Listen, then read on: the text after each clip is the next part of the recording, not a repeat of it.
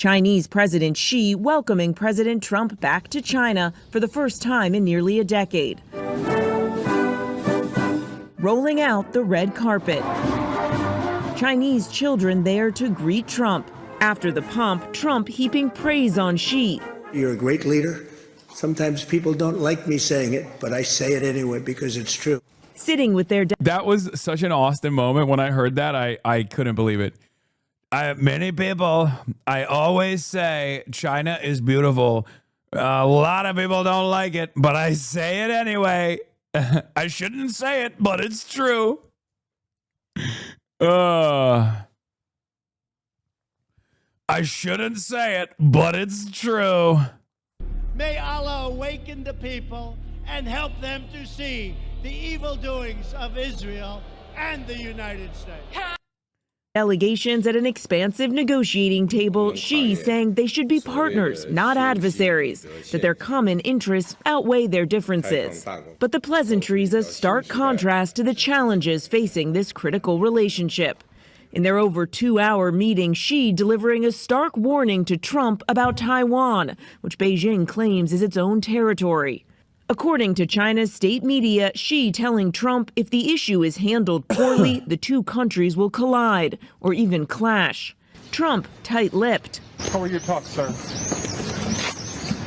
It's great. Did you talk about... Dude, by the way, it has been an unbelievable pleasure seeing Trump forced into submission and seeing him act like a normal politician. Okay? You rarely ever get to see it. Even with Putin, you don't get to see him behave like a real politician. He's like a child. Okay? I mean, he's like a child all the time, but he's like a bad child that is actually forced to behave like a good child for once. You know what I'm talking about? I'm sure you have like some relatives who are very spoiled or something. You know what I mean? And they in an unexpected moment, because they want to have ice cream or like a toy, they're told you have to behave for the duration of this event. And then they just sit quietly, very stiff, more stiff than they've ever been. Okay. And they wait like an obedient puppy for the treat. Right. And that's what's going on here with Donald Trump. It's been a fucking phenomenal thing to observe from afar. He was so good. You know how people say, oh, Trump became presidential in this moment or that moment when he bombed Afghanistan, he became presidential, whatever. This was one of the few instances where he was forced to behave like a fucking president. I've never seen anything like it. With Ukraine, he certainly isn't presidential. With Vladimir Putin, he is not presidential. He reduces himself with Vladimir Putin to a certain degree where it's like humiliating. This is perfect. Okay? It was the perfect amount. I could not fucking believe it. I've never seen Trump like this before. I was looking back in his 2017 visit to see if there was like similarities, but he was a lot different back then overall. This is the only time where I've seen him not fuck up. Okay? It's genuinely shocking after 10 years of Trump madness to watch him sit and stand next to a global force where he has to straight up act right. Great place. Incredible. China's beautiful. Trump hoped to use their sit-down to seal deals on trade and technology, bringing along with him over a dozen American business leaders, including Elon Musk and Apple's Tim Cook. But those ambitions overshadowed by the ongoing war with Iran. China is one of Iran's closest allies, buying more Iranian oil than any other country. And while Trump has said he... By the way, they know how to fucking gas him, okay? The song YMCA will be played at the state banquet for the Trump visit. They know how to gas him so good.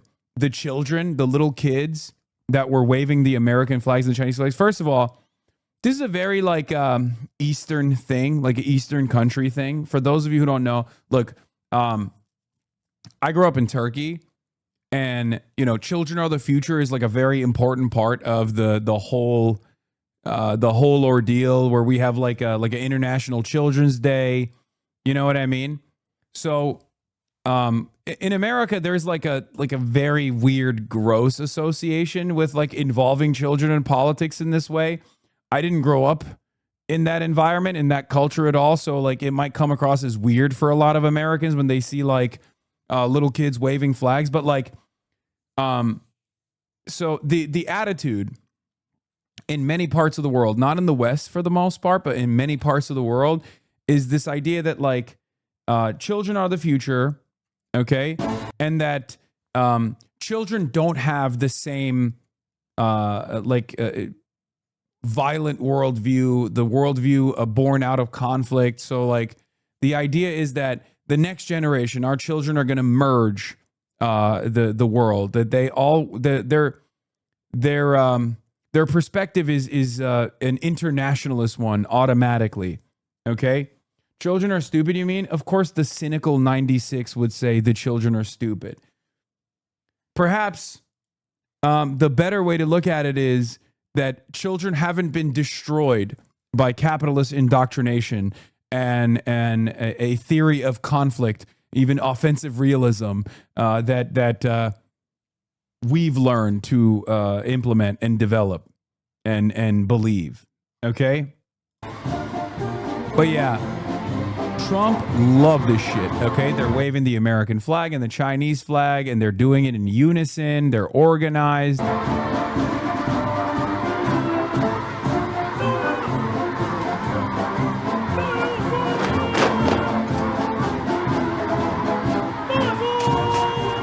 Look at him. He fucking loves it. He loves it.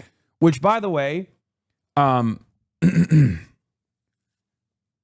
the record, not only is there's two different Chinese cultural forces at play here. One, children of the future. They have hope for a better tomorrow.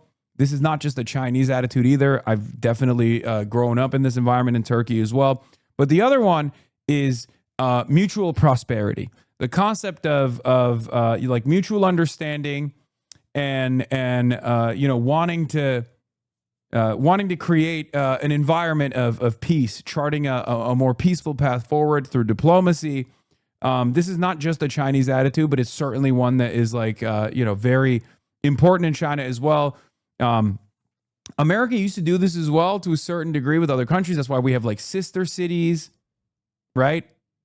We have sister cities and like mutual you know, like an environment of mutual understanding and trying to develop like some kind of cultural cross promotion and collaboration. So that's what this is, right? And the Chinese certainly want that, right? This is like a thing that I definitely saw in China personally. It's something that many other countries have always done. I do think that the world has, in the accelerated neoliberal unipolar American hegemony, the world has grown dark, I would say.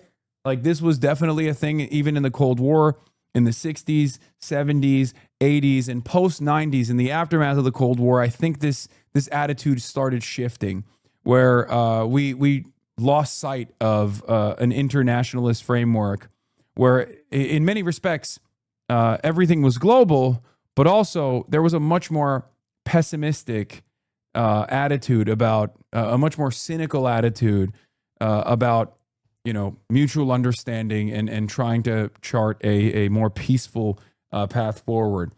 The Chinese never gave up on that. Okay, so this is like a old world mentality, but in some respects, this was the fundamental principle of the West as well. This was like Western liberalism, was all about, even if they didn't fully subscribe to it, or even if they were insincere in their advancement of this kind of idea, this notion is literally what the Western world was developed around, right?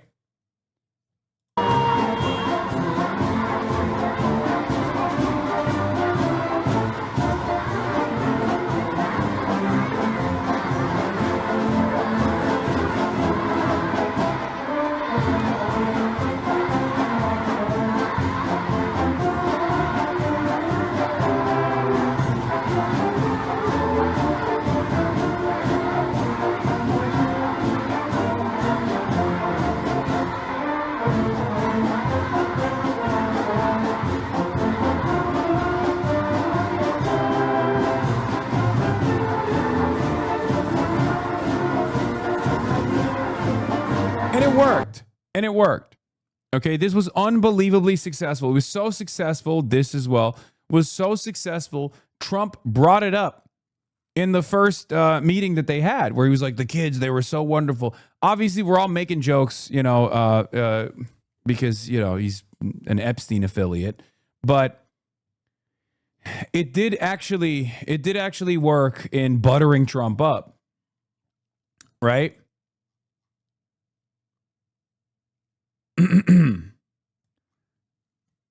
And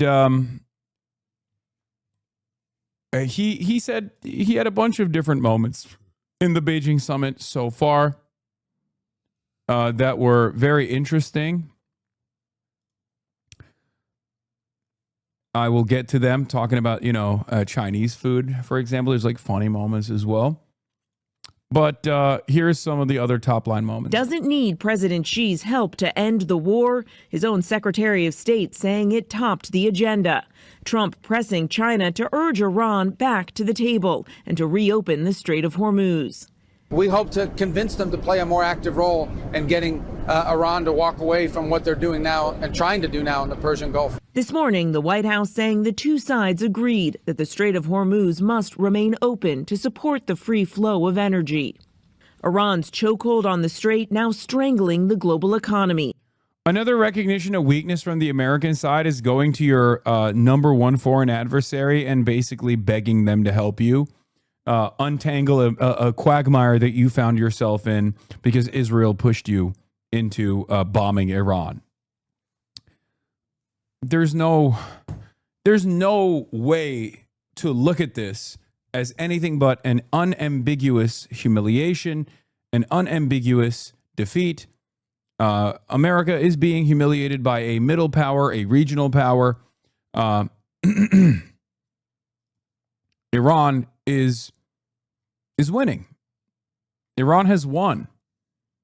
It's now up to us to recognize that fact and move differently. Sending gas prices soaring back home and inflation spiking.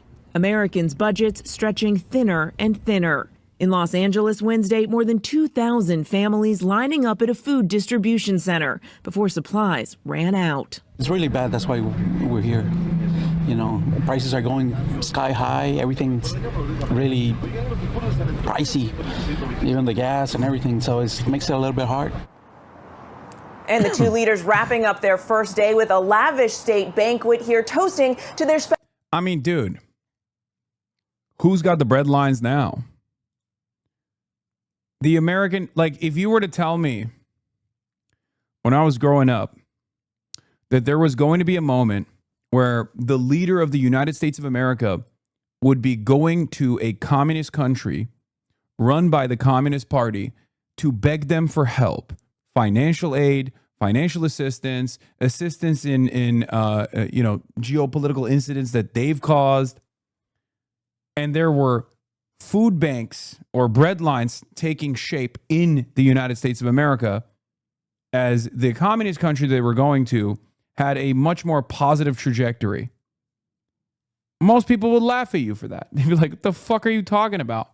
The fuck? What do you mean? Bread lines in America as opposed to the communist country? What are you, crazy? Brother, is it a communist or state capitalist? It is run by a communist party, okay? It is a country run by a communist party. It is a transitional socialist state. They have tremendous controls over flows of capital, where capital does not dominate the country dominates capital. That's a major distinction, okay? In any case, let's continue. Special relationship, and President Trump returning the favor, just inviting President Xi to visit the White House at the end of September. Now, tomorrow will include another round of meetings, but it remains to be seen if they're making any real progress on the thorny issue. Lenin is turning in his grave? What do you mean? Lenin himself was more cognizant of the reality of state monopoly in a transitional period. What are you talking about? Issues including trade and, of course, the war in Iran. Michael. Yeah, we know if they do, you'll bring it to us, Mary. Thank you so much. We're expecting to see the two leaders face to face in this hour, perhaps hear a little bit from them later in the hour. But tell us about what has happened thus far since you've been on the ground.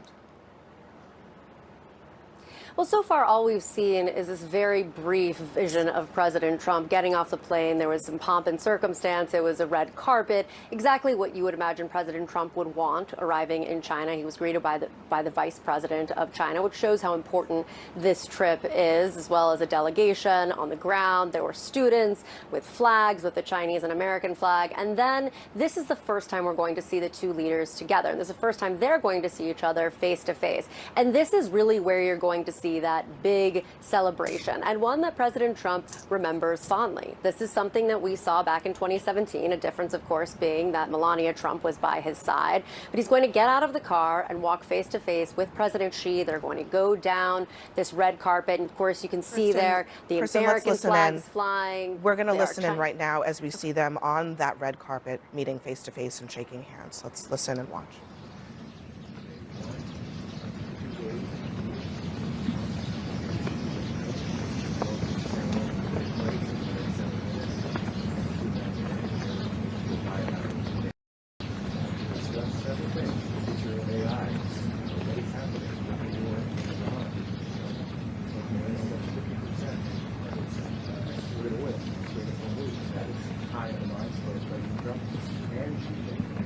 It's so funny that she doesn't speak English, or at least they say he doesn't. I think he does. And obviously Trump doesn't speak Mandarin. So there's no... He definitely does. He fucking visited the Golden Gate Bridge when he was 32 and then visited Iowa when he was VP. I think when he was VP, right? Like, he's been to America. He's a lot more familiar with American culture, American works than Trump is with anything China related. But this is always the case. This is something that a lot of people do not understand in the United States of America. There's a reason why I, a Turkish American citizen who literally fucking grew up in Turkey for the first 18 years of my life, and until like next year when I turn 36, will have spent more of my life on Turkish soil than American soil, okay? Have a profound grasp of American culture. Every other international citizen has to understand American culture because America has been the domineering force around the world. Maybe our children will probably look at Chinese culture in a similar way.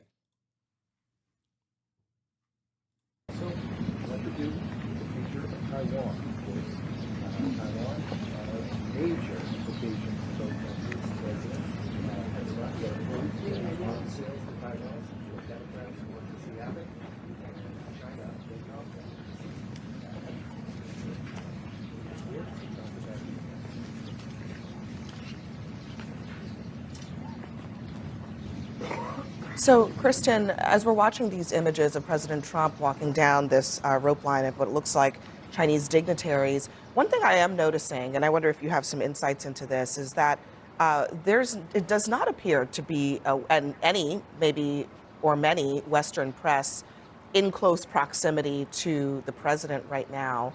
Is that your understanding of what's happening in this moment? There is a small presence that is in that Great Hall. The press pool that traveled with the White House was given an option, or at least some of us were given an option to go there. There are increased rules, obviously, in China when it comes to the press. And for a lot of us, it was not going to be possible for us to actually broadcast from that location in real time, which is why there aren't a lot of networks there. Remember, the U.S. press pool has been credentialed by the White House and by China, essentially told by the White House that these are the people traveling with the president. So you'll see some of them on the ground there. It is a handful of people, but it is a small footprint that we have here among Western journalists that are on the ground. Look at that. Look at that fucking beauty. Just look at that beautiful man. I feel like he's something beyond man, right? Like, I don't want to even call him a... Look at that beautiful specimen. Specimen is a better word for Stephen Chung. God damn, is he fucking pretty. Oh, what a beaut.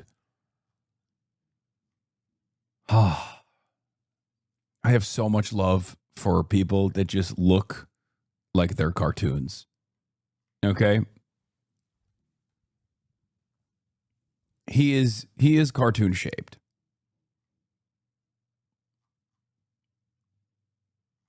I will say, one of the interesting things I'm seeing here, too, is the body language between the two men.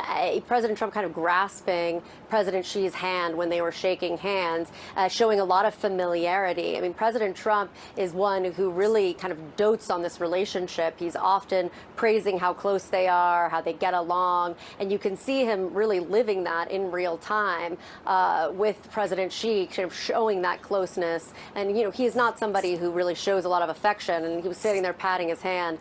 So that was an interesting moment. You can see here now President Xi is shaking hands with. Yes, I have the Xi Jinping mojito story. I know he loves Ernest Hemingway. Here.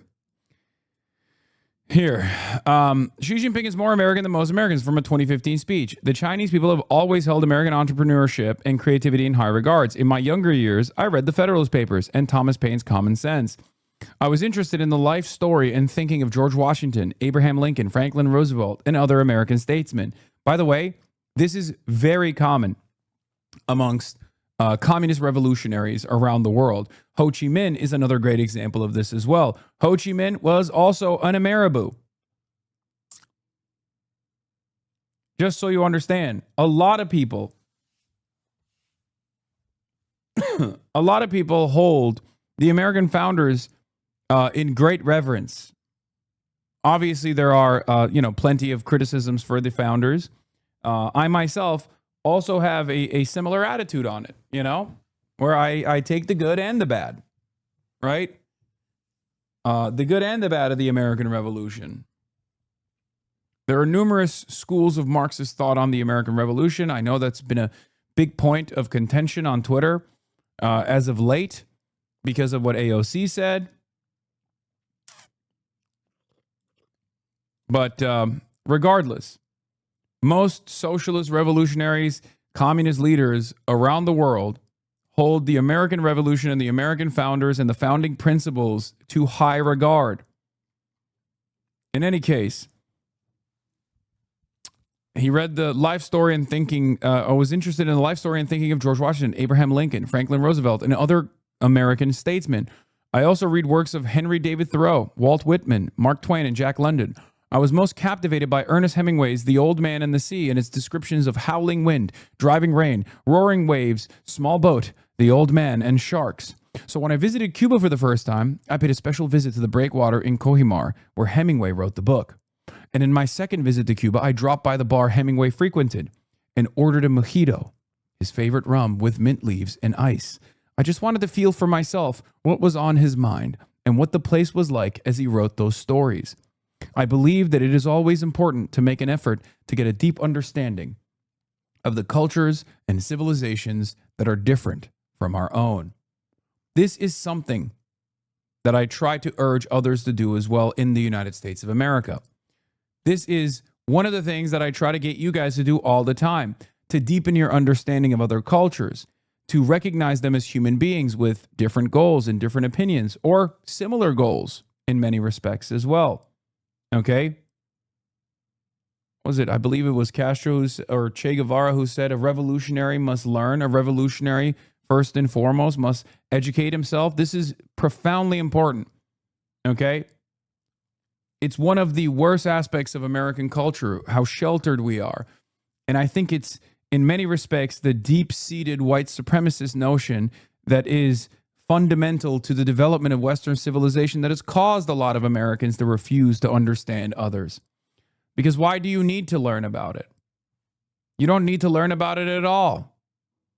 You just need to dominate. As a matter of fact, when you do learn about other cultures, it makes it harder to dominate them. It makes it harder for you to recognize or to recognize them as something less than human, right?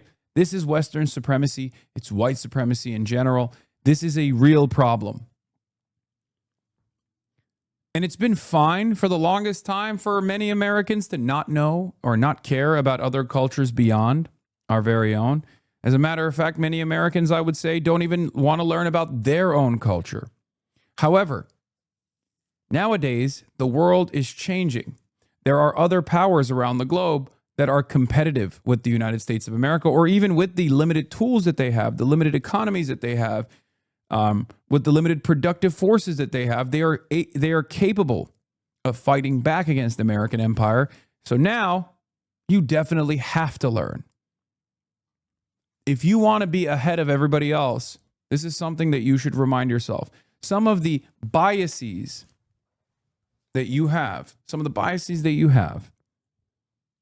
as an American citizen, the understanding that the rest of the world is somehow lesser than us, because look at all the bounties of Western empire for a century and beyond, versus look at our foreign adversaries all around the world living in squalor, this notion that they haven't been able to develop. This is a backwards way of thinking, okay? This has been my secret weapon. And this is a secret weapon that I was, fortunately born into, right? I have a profound understanding of American culture. I see myself as an American, and yet I grew up in Turkey. I'm a dual citizen. And therefore, growing up in Turkey with a deep understanding of American culture has given me an internationalist perspective.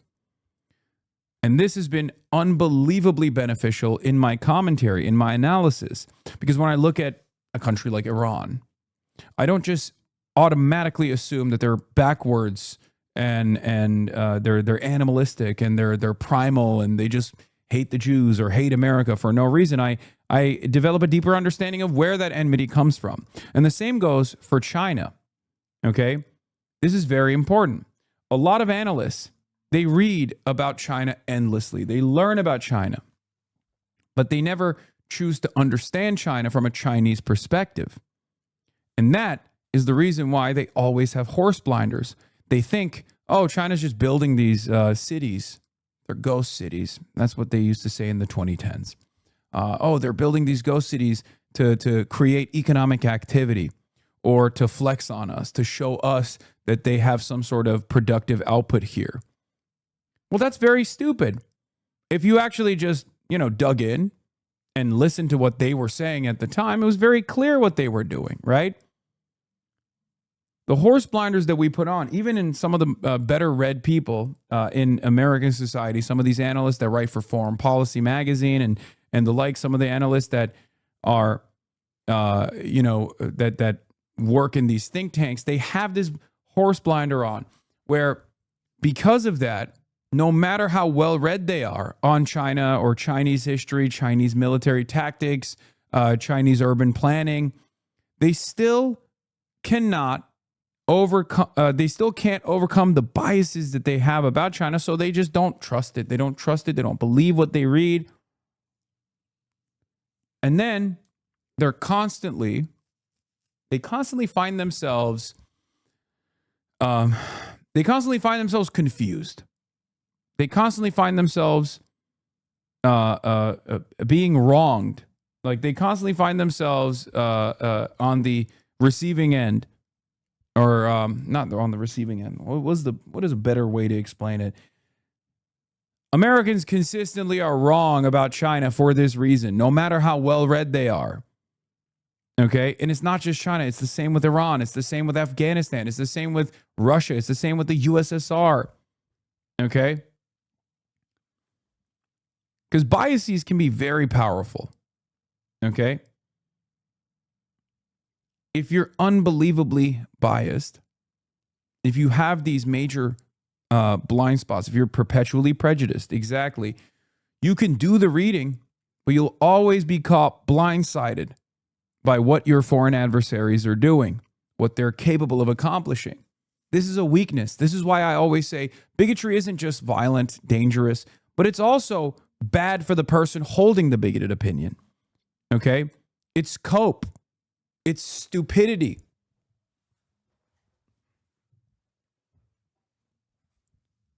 When you have these blind spots, you can be the most well-read person, but you still fail to grasp what's going on in front of you. Jeet here says, this is more revealing as a statement of what education was like and might still be like for Chinese elites than what it says about Xi, aside from the personal touch about Hemingway. Jack London stands out, very highly regarded in communist world as an exemplar of naturalism and for his own socialism. In those terms, Hemingway was a continuation of London, while Thoreau, Whitman, Twain can be seen as forming a line of enlightened progressive democratic writers. Yeah.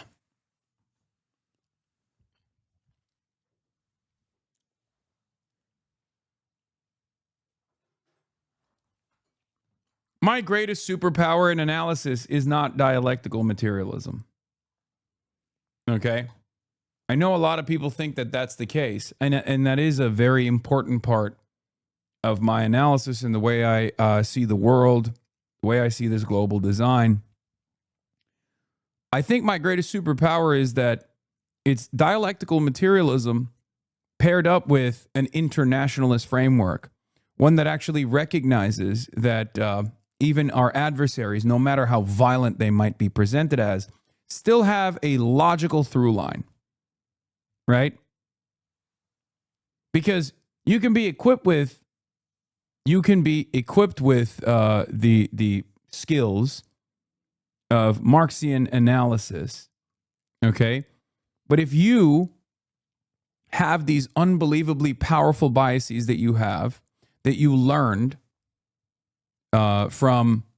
that you learned since birth, basically, like American exceptionalism, the idea, you're talking out of your ass, homie, no true Marxist-Leninist isn't internationalist. There are still plenty of Americans who consider themselves to be MLs who actually fail on this front.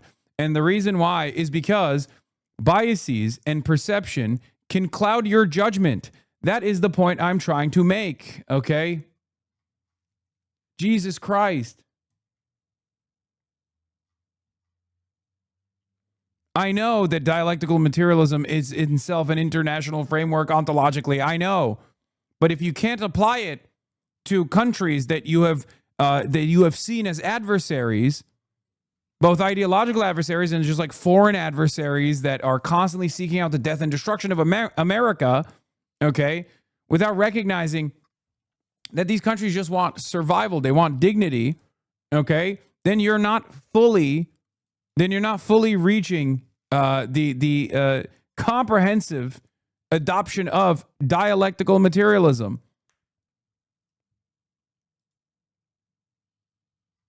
That's my point.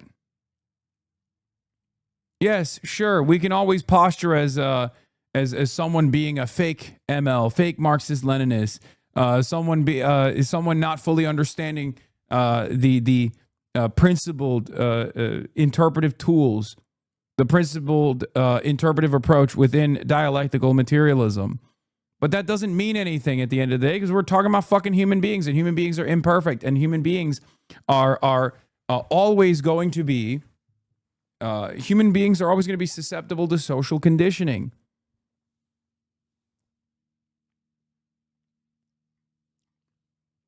Human beings are irrational. My goal is to try to get you to overcome those irrational behaviors.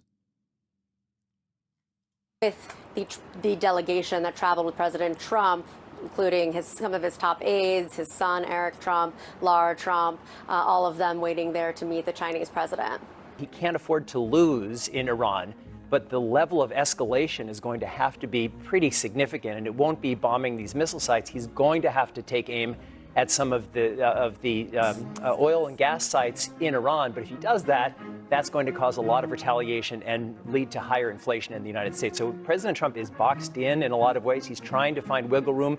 Maybe this visit can help that, but that's why the stakes are incredibly high. And as I said before, Americans, Democrats, Republicans, Independents, we should all be rooting for President Trump. We want President Trump to succeed.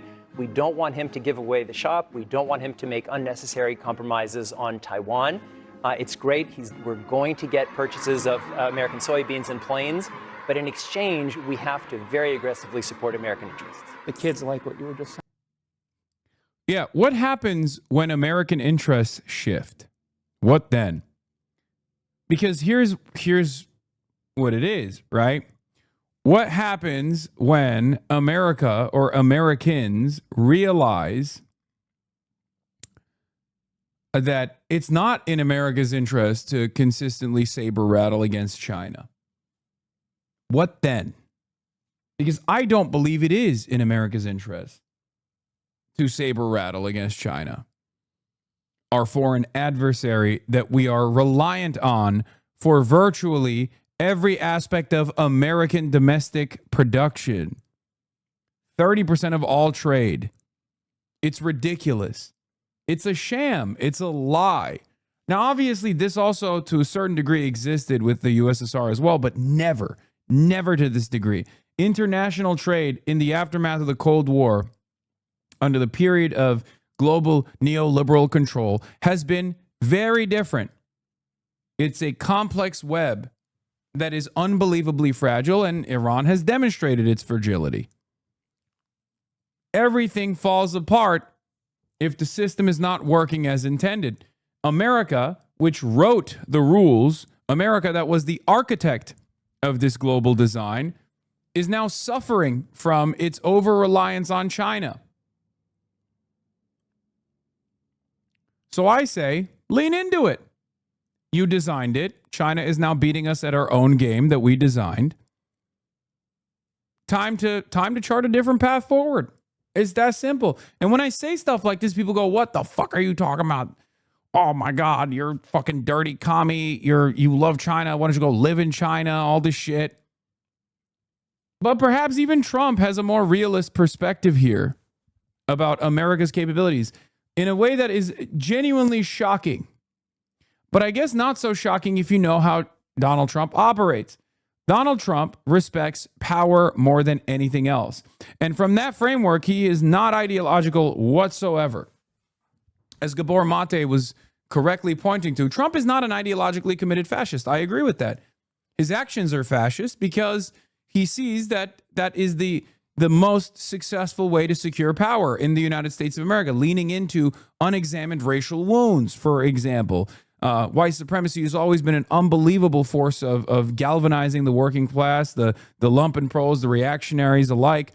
And he's done that. But he's not, in the same way that like Stephen Miller is, an ideologically committed fascist. Okay?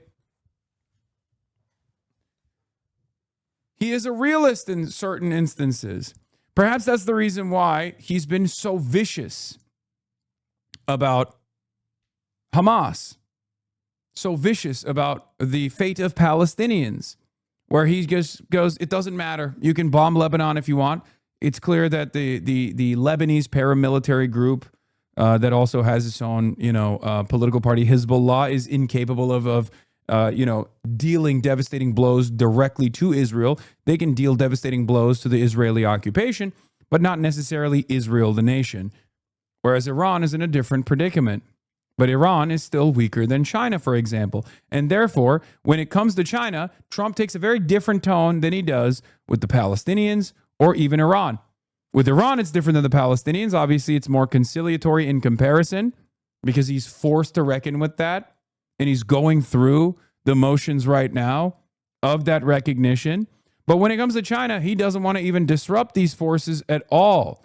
He tried with Liberation Day and the tariff stuff, right? He tried to wage tariffs war with China, and he ate a fucking sizable L there, right? He caused tremendous disruption around the globe in international trade. But he ultimately had to back away, as I told you he would. Okay? That's why we have the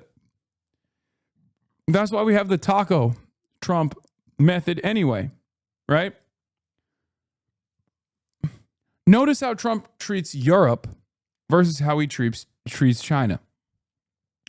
There is tremendous reverence with the way that he deals with China as opposed to the way he deals with Europe. There's even more reverence with the way he deals with Russia as opposed to Europe. Because on the one hand, he understands power and he respects power. But also, on the other hand, he fucking hates people who cave and capitulate, especially from a weak position. That's why he has no respect for Europe, and that's why he has no respect for the Democratic Party in the United States of America. Okay? Two forces on this planet have been able to, well, let's say 3. Okay. I'm going to give you one funny one and 2 serious ones. 3 forces on this planet have made Trump second guess his approach. Okay. China has made him strike a very different tone. Iran has made him second guess America's capabilities. And Zoran Mamdani. Zoran Mamdani is obviously the funny one. But why does Trump respect Zoran Mamdani, but he doesn't respect the Democrats? People always fucking ask this question, right? They don't understand it. It's because Zoran Mamdani is coming at Trump from a position of power in an area that he cares about quite a bit. Okay, the respect and reverence that Zoran has from the elite class, the intellectuals, the cultural forces in this country that Trump has always wanted. Popularity, real popularity. That's why he likes Zoran and treats Zoran differently than he treats the rest of the liberal politicians. He expects liberal politicians to grovel in front of him. He knows that when liberal politicians grovel in front of him, they're not doing it from a place of having any sort of power and demanding something from Donald Trump. They're just groveling because they're worried about being stomped on. Okay? The same goes for European elites. He has tremendous disdain for European elites. He has tremendous disdain for the Liberal Democratic Party, the corporate wing of the Democratic Party, and he has tremendous disdain for the European elites because the expectation there is you have to grovel, you have to beg, and you'll be happy for the crumbs I throw your way. Very different attitude in China, don't you think? Perhaps there's a reason for it. We're just going to listen in for just a second here. I mean, this is a pretty extraordinary image of young children. Yeah, I don't think it's sincere. I think these kids were put up to it. Well, really? something tells me that they were strongly encouraged. I thought this was all organic. I thought everyone just happened to be here at the same time. We'll listen in for just a moment and watch this moment.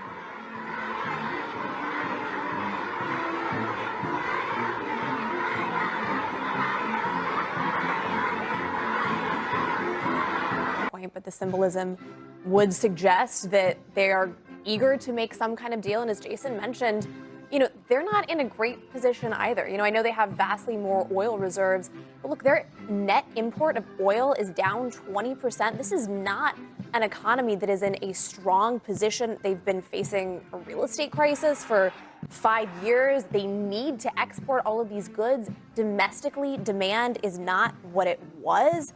And so as much as we want this war to end, look, 50% of their oil comes from the Middle East. So I think, frankly, in this moment, there might be more to be aligned on. Of course, the tech piece of this is huge. Trump brought a huge coalition.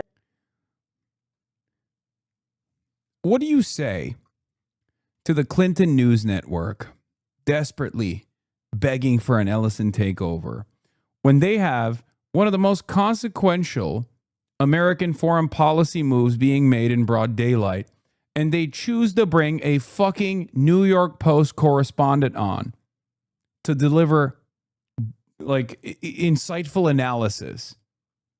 The fuck does the New York Post know about China, man?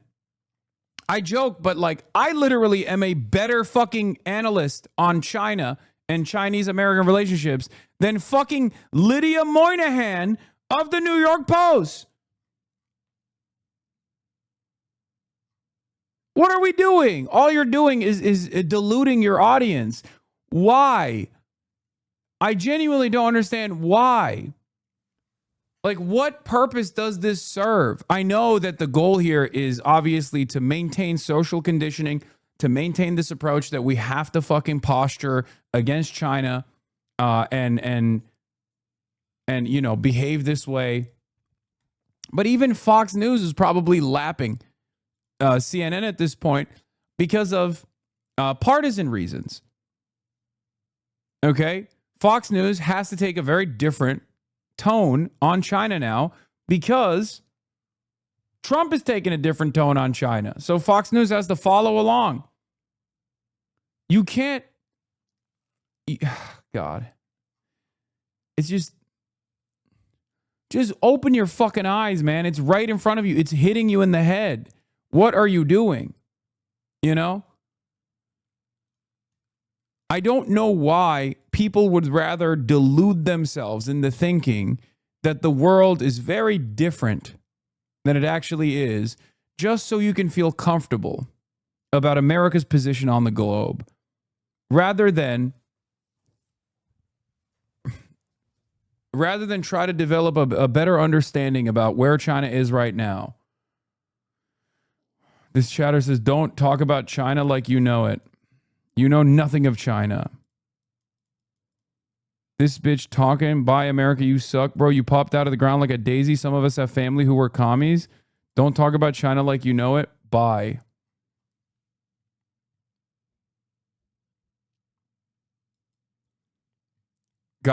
Lady who gets mad at me for saying, as a, analyst in America, as a commentator in America, I'm not positive enough about China, I guess. Or maybe you were talking about the person. Of business and tech leaders, and China is desperately trying to get our AI chips. They need that capacity to continue to grow their own economy. We're in an AI race head to head with them, and they recognize they need NVIDIA, they need some of these microprocessors, and hopefully that's a huge point of leverage that Trump stands firm on, because there's been a ton of IP theft. We need to make sure that our companies... Bro, it's 2026. It's 2026. Stop. Even the Republicans don't talk about IP theft anymore. What are you doing? Dude. This is so dumb. What the fuck are you talking about? IP theft in the big 226. What are we doing, bro? Like, IP theft right now unironically sounds like JD Vance coming out and being like, well, China is a nation of peasants. By the way, if you're wondering why JD Vance is not there, that could be an answer. When JD Vance said, why should we worry about China? They're a nation of peasants. Why would we worry about a backwater nation of peasants? Let me tell you, I was in China right after he said that. Okay? That was an incredibly fucked up thing to say about China. That was genuinely one of the worst things JD Vance could have said. I mean, they're willing to let Marco Rubio into the country by, changing his name after the sanctions that they implemented, but they were not willing to let that one go. I'm willing to bet.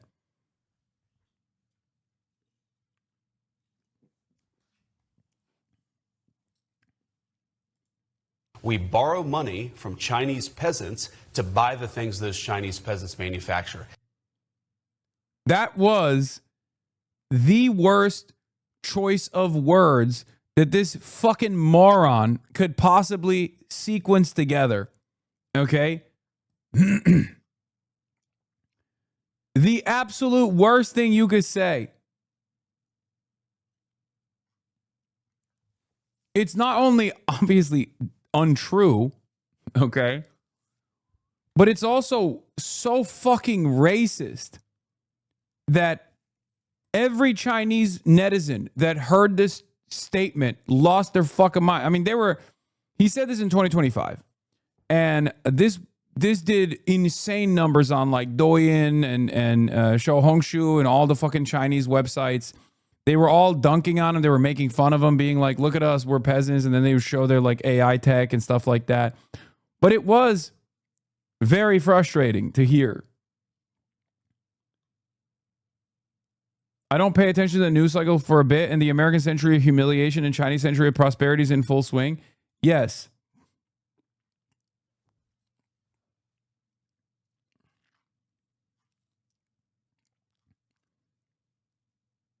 I'm willing to bet that played a role. That played a big role in why JD Vance is not in China today, in Beijing at the summit today, even though he has ambitions of higher office. If you're wondering why, despite his very clear ambitions for higher office, he didn't go to one of the most consequential meetings in China, this is it.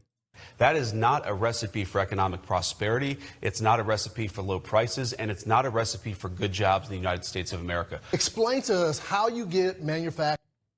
Anyway. Are protected in that regard. The Washington Post had a pretty big report today based on some intelligence sources that say that there's a U.S. analysis that details that China is exploiting the war in Iran to maximize its advantage over the United States across military, economic, diplomatic, and other fields. And that actually includes their efforts to kind of stretch their soft power, their hard. It's a twofold disrespect too, using the term peasants in a disrespectful manner to say that they're backwater peasants. That's also historically fucked up too, you know? Because like the modern attitude, like, or at least like the communist attitude on this is that, yes, China is a nation of peasants that rose up against all odds and you know, and created a government that is run by said peasants, or at least cares about uplifting the material conditions of all Chinese citizens, including the peasants. Peasants played a very important role in the revolution.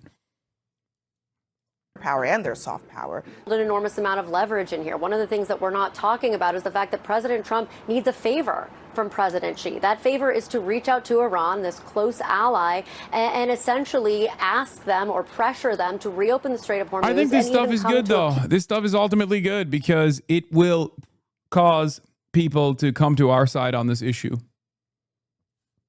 Hopefully.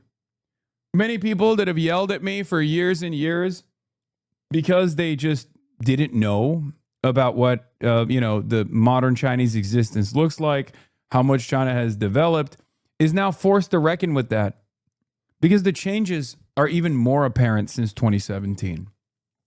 Okay? That's it. So people will slowly but surely come to terms with the reality. Peace deal. The big question now is, what does he want in exchange for that? What does he want in exchange for that when it comes to Taiwan? What does he want in exchange for that when it comes to business deals? That is a big ask. And what is he going to use, President Xi, as leverage to get what he needs out of this when President Trump comes to him? 应当做伙伴而不是对手，相互成就，共同繁荣，走出一条新时代。 大国正确相处之道。 I went from writing papers on the evils of Chinese surveillance to glazing Big Xi because of broadcasts like yours. Not anecdotal, but there's a shift, brother. I know, but broadcasts like mine are very limited in reach. And like anything that I've said that is remotely positive about China over the last decade or so was almost always met with tremendous enmity. Okay? By liberals, by, pro-NATO liberals, by American imperialist liberals. Because American imperialism and American exceptionalism is one of the hardest forms of propaganda to cut against. Okay? It's taken a decade or so to get here for even this community. This community would fucking shove words back down my goddamn throat. There are still so many fucking people in the edges of this community and outside of this community, far beyond this community, that will actively say, oh, Hasan's analysis on China is just glazing China. It's fucking bullshit. It's like, he's such a... Like, they have a very reactionary opinion on it. There are still articles being written today, purposely misunderstanding my criticisms of China as well, at times. Purposely misunderstanding my criticisms of China, and then... acting as though my perspective, my positive opinion on China is coming from a place of being a campist, where my analysis is not born out of what I'm seeing, right? With a recognition that the Chinese are a sovereign state, a sovereign nation, a sovereign people that have their own goals, their own ambitions. But instead, my analysis is America bad and that's it. China is cool, but you do dick ride it a little too much. Man, some dicks are worthy of being rode. What the fuck do you mean? I would be dick riding America into oblivion if we had a decent form of governance that could control the flows of capital, that could actually engage in even development, focus on fucking rebuilding Gary, Indiana, Buffalo, West Virginia in its entirety. So many forgotten places, okay? Imagine having robust high-speed rail across the entire country, the entire fucking continent. Are you kidding me? Imagine our foreign policy looking like the Chinese foreign policy, the Chinese approach, instead of constantly dominating and recreating like colonial vestiges in the way that we have all around the world. We actually focus on genuinely developing these countries. We focus on building a robust manufacturing base on U.S. soil. If we had done that for the past 100 years, I'd be riding America's dick super hard too.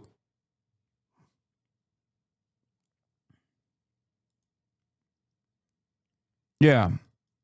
I mean, this is it. Like, Americans will look you dead in the eye and tell you that the American system is superior to China's because we get to be represented by people like this instead of competent bureaucrats. Even when we recognize we're dysfunctional, we're still a temporarily embarrassed utopia that just needs people to vote hard enough the next time. The illusion of choice is all we need to feel superior to half the world despite falling behind on every observable metric. And I'm not even saying like the Chinese system is superior and we must use that system. We must become like a one-party state controlled by the Communist Party, which I'm not saying that. Okay? To each their own, right? To each their own. To each their own. To each their own. Maybe it works for China. Maybe it could work for us. I don't know. I don't know.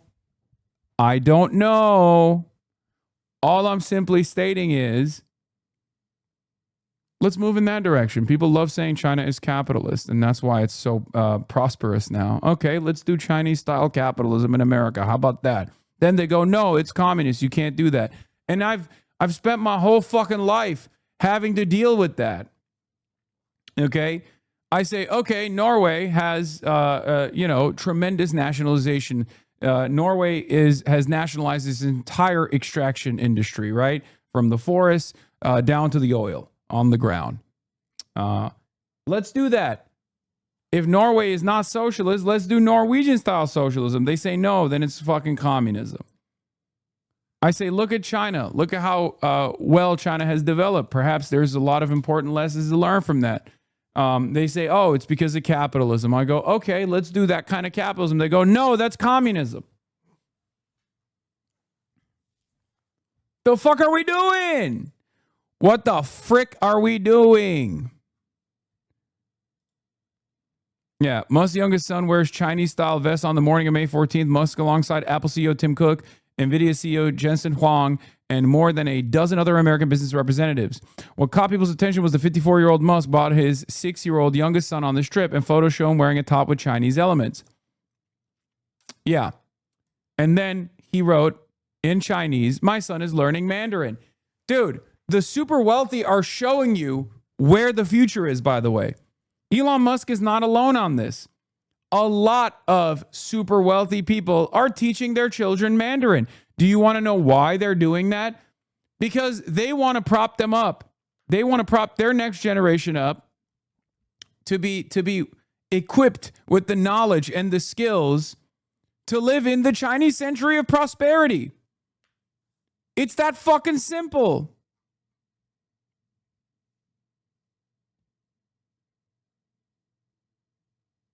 This is a Chinese diaspora account. I don't really give a shit whether it's a Chinese diaspora account or not. What I'm talking about is Elon Musk's response to the Chinese diaspora account, which is that he's teaching his son Chinese. I don't understand why some people think the children were forced to welcome Trump. Beijing's school newspapers have published many interviews with these students. These people all voluntarily sign up and only go after the competition. It's like giving a primary school kid the opportunity to leave school and meet both Xi Jinping and Trump at the same time. Who wouldn't want to go? It's racism. Americans don't understand it. They think, oh, these kids were forced at gunpoint. They have to. The American perspective is China does good thing, but at what cost? China does unique thing at what cost? China does the same thing that America does, but they do it Chinese style, so it's bad. I mean, we cover fucking Chinese museums as though they're doing propaganda, not realizing that that's what fucking museums do in America as well. And it's very annoying, but that's just how it is. That's why they do it. So anytime you read in the American newspaper anything that's going on in China, you have to remember that they are framing it in a very sinister way. You know? I mean, even I received some of this like similar this similar bias framework, right? Part of the reason is because of my ideological framework. But like, I'll go to Cuba and they'll be like, Hasan went to Cuba to throw food at poor people and make them dance, right? You go to Cuba to deliver humanitarian aid. They say, oh, he just went to Cuba to like, to use the Cubans as a puppet to do propaganda. You know, why wouldn't I support that? So I'm proud to have that vote. And also something that the president said before he left for China. I mean, he said something that got clipped saying, I'm not thinking about American people financially. But what he really was saying, he did say is like, you know, I'm really thinking that we can't ever let Iran building a bomb. And I mean, that's the essence of what that is. And to hold that line, I mean, how could we just walk away? Yeah, thank God for American democracy where we got guys like this. And not let that He talks like long Nick Shirley. Oh my God. happen. And now the whole world should join us, stand with us. China, you know, Europe, all these other countries should say we should demand Iran end their nuclear ambitions. And now we can all get back to building up all of our nation and parts of the world. So that's here. You know, why wouldn't I? Yeah. Americans would look you dead in the eye and tell you the American system is superior to China's because we get to be represented by people like this instead of competent bureaucrats. Even when we recognize we're dysfunctional, we're still a temporarily embarrassed utopia that just needs people to vote hard enough next time. The illusion of choice is all we need to feel superior to half the world, despite falling behind on every observable metric. Every 2 or 4 years, I love getting to exert my will to decide which businessman's grandson will represent me. And they never end up representing me. They end up representing, obviously, corporate interests. So there is that reality as well. Make no mistake. I think theoretical democracy is certainly a progressive historical force. Okay, was certainly a progressive historical force and still has the capacity to represent a progressive historical path forward. The problem is we don't really have a real democracy. We have a theoretical democracy, but we don't have a real democracy. Okay? And it's certainly not functional. So what the fuck do we do? Anyway, here is Trita Parsi. Just before Trump met with Xi, Iranian news services reported that Chinese ships had begun transiting the Strait of Hormuz under the Iranian mechanism. While Beijing rejects a toll, it has been open to paying an administrative fee for the environmental upkeep of the strait, which is just another way to frame the toll. This agreement neutralizes American pressure on China to side with the U.S. to open the strait, since the waterway is open to China. In fact, it reverses the pressure. It stops these ships from transiting as a part of the American blockade. Trump will be picking a losing fight to Xi while in Beijing. Instead of Trump pressuring China to help open the strait, China will pressure the U.S. to make sure the strait isn't blocked for Chinese ships. This is yet another way in which Trump's adoption of the FDD's proposal for a blockade of the blockade is backfiring on the U.S. The sooner Trump stops listening to FDD and its allies, the safer America will become. Yeah, this is a different understanding as well. China says no toll for traveling international waters. But this could be a way for China to say, like, well, technically, the Omani and the Iranian coastline is what actually covers the Strait of Hormuz, and therefore maybe it's not international waters. But I don't know. Well, only time will tell. Only time will show what the Chinese ambitions are here, and we'll probably find out fairly soon. We'll find out soon enough. Okay? In the new era. Mr.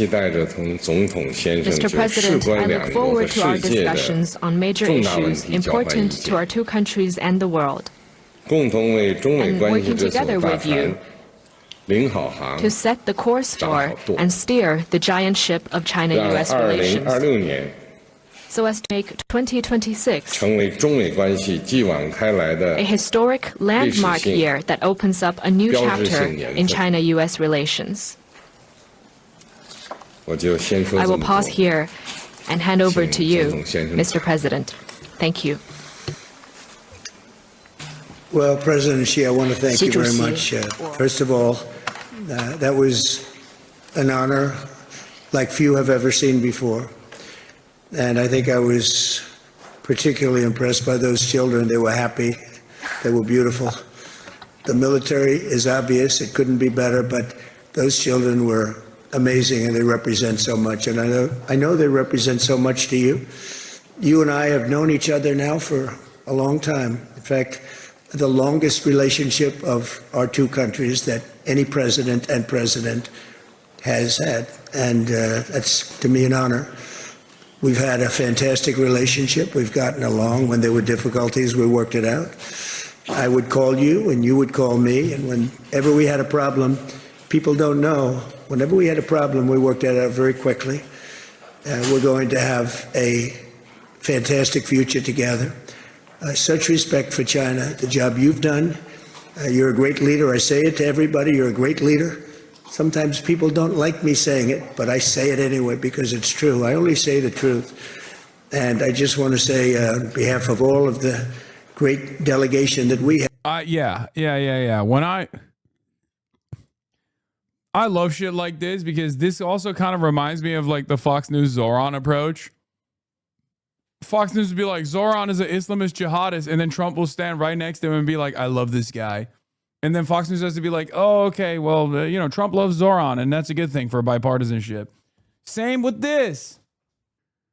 Bro, did you hear Bleem Blop is talking about you? I didn't. All right, let's get back to We China. have the greatest businessmen, the biggest, and I guess the best in the world. We have amazing people, and they're all with me. Every single one of them.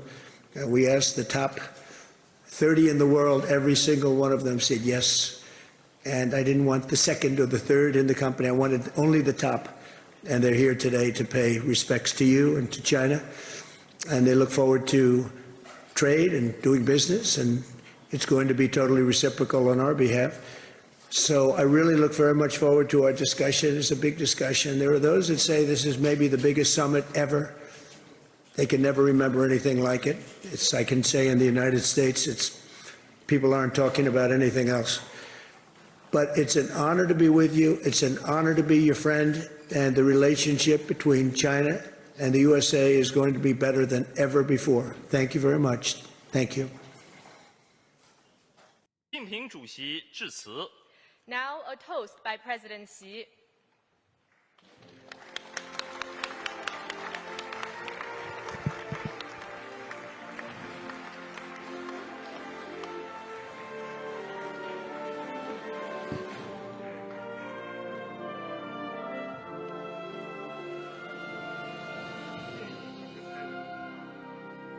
Bro, Donald Trump's going to come back from China with one of these, okay? He's going to come back from China with one of these motherfuckers, one of these bad boys. Would you wear the outfit if you were to meet President Xi? I would wear whatever the fuck he wants me to wear, okay? But yes. I'm so excited about the Zhongshan suits. I'm waiting because like I keep wearing the gray one and I've worn it so much. I've worn it so much that like it's so iconic, but I've worn it so much I need different colors, so I'm excited. 很高兴为特朗普总统对中国进行国事访问 What is there, no translation? 表示发展 That's crazy. The two peoples and to the health of President Trump and all the friends present. So much wore it 4 times. Well, yeah, because it's like such a it's such a unique look in America that you wear it 4 times. People are like, "Oh, you're really, really wearing it all the fucking time." What's up, Beijing?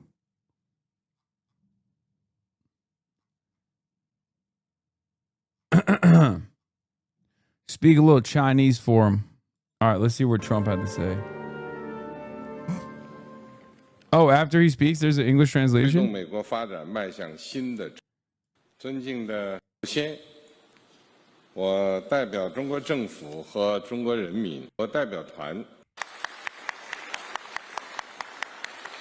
Honorable President Donald J. Trump, ladies and gentlemen, it is a great pleasure to host this state banquet in honor of President Trump during his state visit to China. On behalf of the Chinese government and people, I'd like to extend a warm welcome to President Trump and the U.S. delegation. 这是一次历史性 Okay, 访 that's 问 crazy that that's all he said. 高质量新程，实现完全造福。 Year develops the start of China. This is a historic visit. This year marks the start of China's 15th five-year plan for economic and social development. The over 1.4 billion people of China, drawing on the rich heritage of our over 5,000-year civilization, are advancing Chinese modernization on all fronts through high-quality development. This year is also the 250th anniversary of American independence. The over 300 million American people are reinvigorating the spirit of patriotism, innovation, and enterprise, and ushering in a new journey for the development of the United States. The people of China and the United States are both great peoples. Achieving the great rejuvenation of the Chinese nation and making America great again can go hand in hand. We can help each other succeed and advance the well-being of the whole world. This is a little bit of a flex, but he got it like that. They do be having it like that, if we're being real. 55年前，尼克松总统派基辛格交了国际书和国际推动。 55 years ago, President Richard Nixon sent Dr. Henry Kissinger to visit China, and ping-pong diplomacy was carried out between our two countries. Through efforts of the two governments and peoples, the door that had remained frozen for over 20 years was opened, marking a milestone in contemporary international relations. From then on, China and the United States have written many chapters of friendship through mutual openness and cooperation. Under the new situation, President Trump and I, fully aware of the expectations of our two nations and the international community, have had multiple meetings and phone calls and kept China-US relations generally stable. 今天和我们方面两领关系繁荣。 In-depth exchanges. Today, President Trump and I had in-depth exchanges on China-US relations and the international and regional dynamics. We both believe that the China-US relationship is the most important bilateral relationship in the world. We must make it work and never mess it up. Both China and the United States stand to gain from cooperation and lose from confrontation. Our two countries should be partners rather than rivals. President Trump and I also agreed to build a constructive China-US relationship of strategic stability to promote the steady, sound, and sustainable development of China-US relations and bring more peace, prosperity, and progress to the world. 尊敬的特朗普总统先生、女士们、先生们、朋友们，纵观中美关系发展历程，能不能做到相互尊重、和平共处、合作共赢，是中美关系能否稳定发展的关键所在。当今世界变乱交织，中美关系承载着两国17亿多人民的福祉，关乎世界80多亿人民的利益。Peace, China, Trump, ladies and gentlemen, friends. Looking back at the course of China-U.S. ladies and gentlemen, friends. Looking back at the course of China-U.S. relations, whether or not we could have mutual respect, peaceful coexistence, and win-win cooperation is the key to... Bro, this is, oh God. Okay, I don't even want to listen to this speech. It's literally the same. Okay, I have heard this speech 10 times at least, okay? It's literally the exact same speech, like down to the fucking words. And I don't know what I was like expecting. I don't know why I thought it would be any different, because obviously China's goals have not changed with their relationship with America. If anything, if the takeaway from this conversation is that America should be a little bit more cooperative with China, then the American dynamic will have changed dramatically.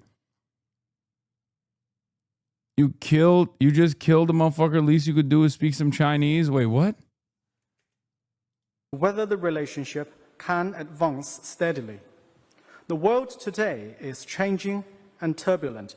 China-US relations concern the well-being of the over 1.7 billion people of both countries and affect the interests of the over 8 billion people of the world. Both sides should rise up to this historic responsibility and steer the giant ship of China-US relations forward, steadily and in the right direction. Oh, speak a little Chinese to him, Derek. That's what you were doing the Come Town bit. I didn't understand it first. 为中美两国发展繁荣和人民幸福，为中美关系的美好未来和两国人民的友谊，以及在座的各位朋友的健康，干杯！ Now please join me in a toast to the development and prosperity of China and the United States and the well-being of our people, to the bright future of China-US relations and the friendship between the two peoples, and to the health of President Trump and all the friends present. Cheers. 干杯! Cheers. Right too early?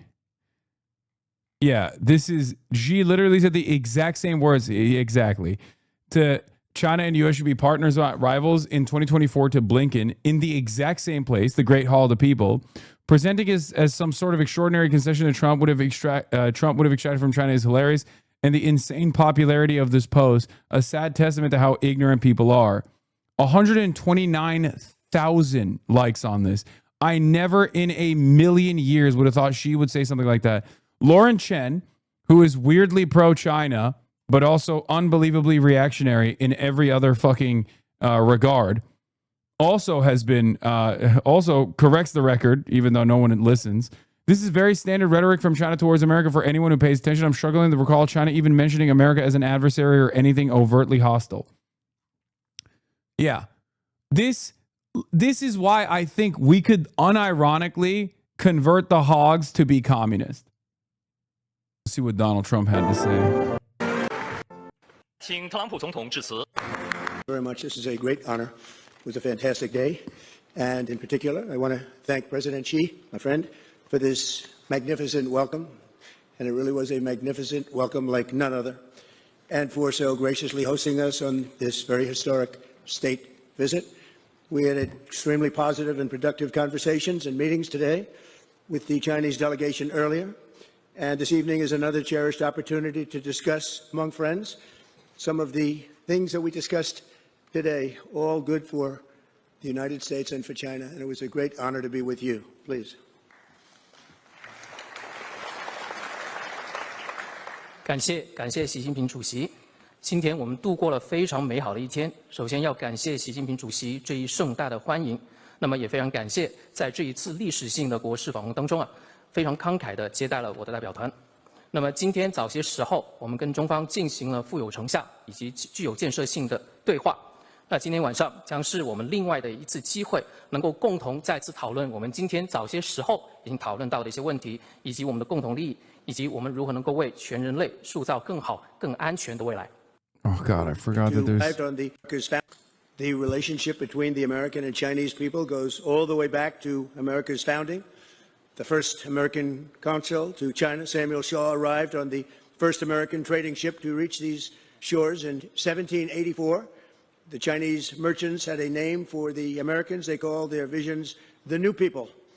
2.5 centuries later, that first connection has grown into one of the most consequential relationships in world history. 美国人民和中国人民之间的友谊可以追溯到美国的建国之初。那么，美国的第一任驻华大使塞缪尔·肖先生在1784年乘坐第一艘美国的商船到达了中国的沿岸。当时中国的商人是这样称呼到来的美国访客，他们将当时到来的美国访客称为一个崭新的民族。250年后的今天，这一个当初的友谊已经慢慢的演变成为。From the beginning, our citizens have shared a deep sense of mutual respect. Founding Father Benjamin Franklin published the sayings of Confucius in his colonial newspaper, and today's sculpture, recognizing that ancient Chinese sage, is carved into the face of the United States Supreme Court very proudly. 从一开始，我们两国之间的人民就已经有深厚的相互的尊重。美国的国父本杰明·富兰克林曾经在他的殖民报纸建筑物的这一名古代的圣人进行致敬。The appreciation ran in both directions. Chinese admirers of President George Washington gifted a stone tablet honoring his memory to adorn the Washington Monument. It bears the words of a Chinese official who called the great general and statesman a hero among men. 这一种欣赏是相互的。那么，许多中国人非常崇敬乔治·华盛顿总统。那么，这些人当时就向美国捐赠了一个石碑，就是为了纪念华盛顿总统。目前，这个石碑已经镶嵌在华盛顿纪念碑里面。石碑上刻有当时的一名中国官员形容这一名伟大的将军。And across the centuries, this mutual esteem grew into a relationship that reflected the tremendous talent and potential of our two people. Chinese workers helped lay the railroad tracks that connected our Atlantic coast to the Pacific. American travelers to China helped spread literacy and modern medicine. And at the request of China's ambassador, it was President Theodore Roosevelt who provided the funds to establish President Xi's alma mater, Tsinghua University. 在过去几百年当中，为了建设国成 in World War II, 母校清华大学。As allies in World War II, President Franklin Roosevelt's mentions of the brave people of China, that's what they were, drew loud cheers in his speeches in the United States, and everybody loved what he had to say, just as many Chinese now love basketball and blue jeans, Chinese restaurants. You're a pet abusing ped?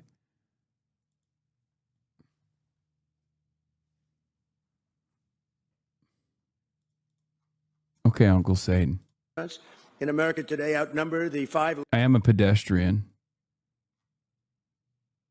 I'm not a podiatrist. largest fast food chains in the United States, all combined. That's a pretty big statement. 那么，作为二战期间的盟国，罗斯福总统在美国的多次演讲当中提到了勇敢的中国人民。正如当前许多中国人非常喜欢篮球和穿蓝色的牛仔裤，在美国目前的中餐厅的数量要比美国前5大快餐连锁店的总的店面还要多。This bond of commerce and respect that stretches back 250 years is the foundation for a future that benefits both of our nations. The American and Chinese people share much in common. We value hard work, we value courage and achievement, we love our families, and we love our countries. Together we have the chance to draw on these values to create a future of greater prosperity, cooperation, and happiness, and peace for our children. We love our children, this region and the world. It's a special world with the two of us united and together. 那么，至于商业当中的纽带以及我们的相互尊重，可以说追溯到250年前，是我们将要构建的未来的基础。至于未来将会惠及我们两国的人民，美国人民和中国人民有我们都非基于我们共同和平的未来。Thank you again, President Xi, for this beautiful welcome. And tonight it is my honor to extend an invitation to you and Madam Peng to visit us at the White House this September 24th, and we look forward to it. And I'd now like to raise a glass and propose a toast to the rich and enduring ties between the American. Yeah, this was a funny line from this, but explaining Chinese entrepreneurship to Americans. There's more noodles than burgers. Why did this coward delete the post?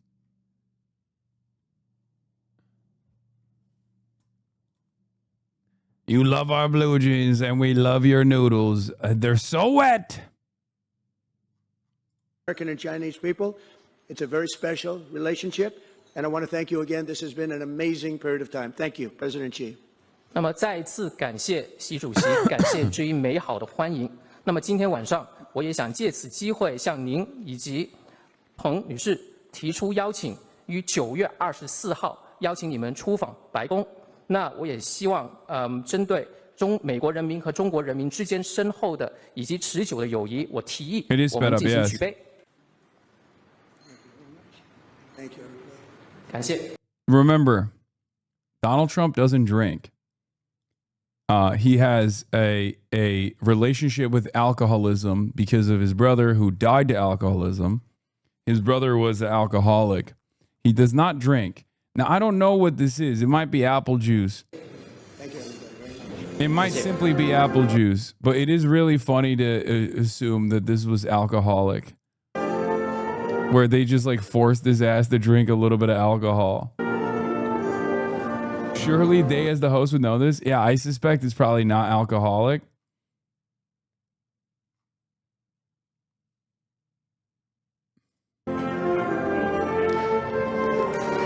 Anyway. Rivals? What rivals?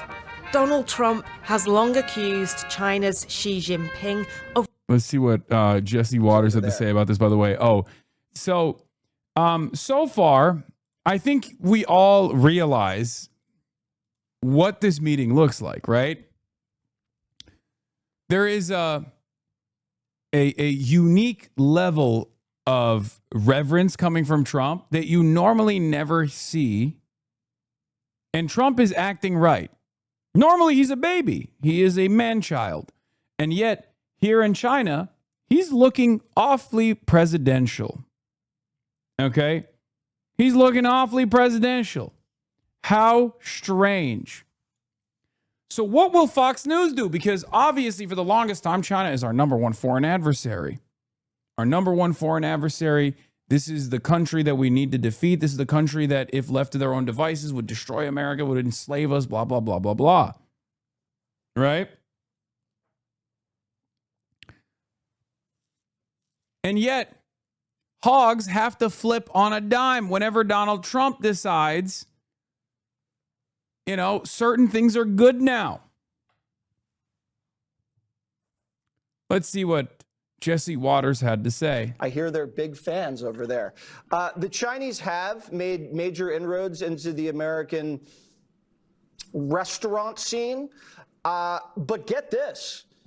There are over 20,000 McDonald's, Taco Bells, and KFCs in China.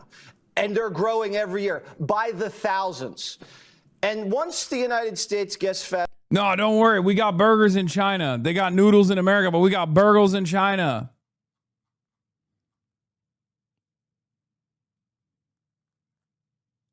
Fast food into a country. That's it. Fried chicken, Big Macs, chalupas. They start listening to our music, watching our movies. They start marrying our women. I'm just kidding. We don't allow that. But that's basically now an American colony. We got them hooked, and it's pretty much over. The Chinese have a history of expanding and then collapsing, expanding and then collapsing. So Trump, the strategy is ride it out peacefully as they expand alongside them peacefully. And when they collapse. I am reminded of Xi Jinping's opening words. China and America have a shared history. For China, it's 5,000 years of history. For America, it's 250. Okay? Just saying. Just 5,000 years of Chinese history versus the 250 of American history. You can delude yourself into thinking that China has a history of expansion and then collapse, expansion and then collapse, to make it seem like Chinese collapse is imminent. But it's the American president that is currently in Beijing And it's the American president that is behaving in a way where, in a very rare showing of grace, reverence, behaving in a presidential manner. Very interesting. Perhaps you feast on their carcass. Okay. Whatever you say. Exactly. Greg.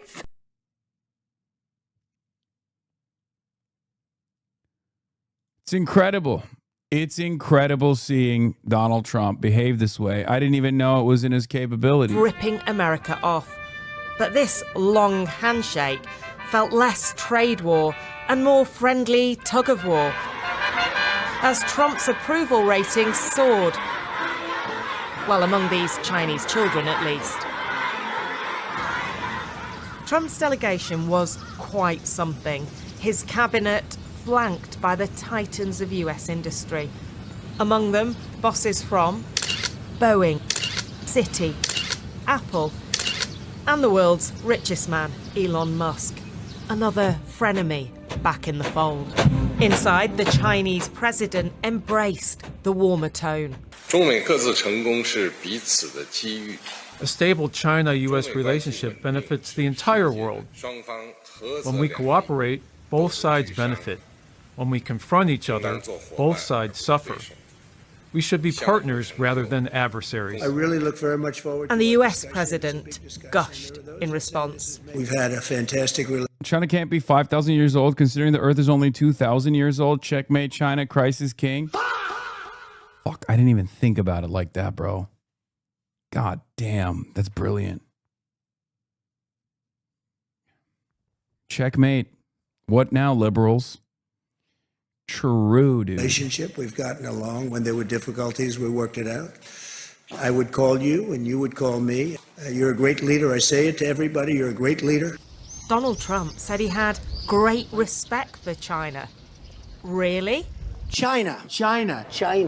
This is a leader who has built his political brand on aggressively attacking China, accusing it, sometimes quite rudely, of stealing manufacturing jobs. Because we can't continue to allow China to rape our country, and that's what they're doing. And yet, on this trip, Trump has brought along Apple CEO. Bro, he's like the dog, the two dogs that bark at each other and then the gate opens and they stop barking. This is the difference between a keyboard warrior and a real one. Okay? He's barking hard. Fake demon. Fake demon, dude. Oh, China's raping our country. And then the moment that he's inside of the boundaries of China, the People's Republic, in Beijing, he's like, I love China, greatest nation on earth, love Xi Jinping, and he loves me. We kiss sometimes. I shouldn't say it, but it's true. Tim Cook, whose products have long been manufactured overwhelmingly in China, with some diversification. But this is exactly what it's like when my fucking haters, in the very unbelievably rare occasion, come up to me IRL. Okay? Behind closed doors, they're like, oh, I got him. One of them came up to me at the fucking, at the Web Summit. He's like, I'm an Asmongold fan. I'm going to troll you in real life. And I was like, okay, do you want a photo? Like, yeah, yesterday. What's your beef with shoe on it? I was like, I don't have any fucking, it's one-sided, you know? Sigma, a real Sigma, and a beta. When a beta meets a real Sigma.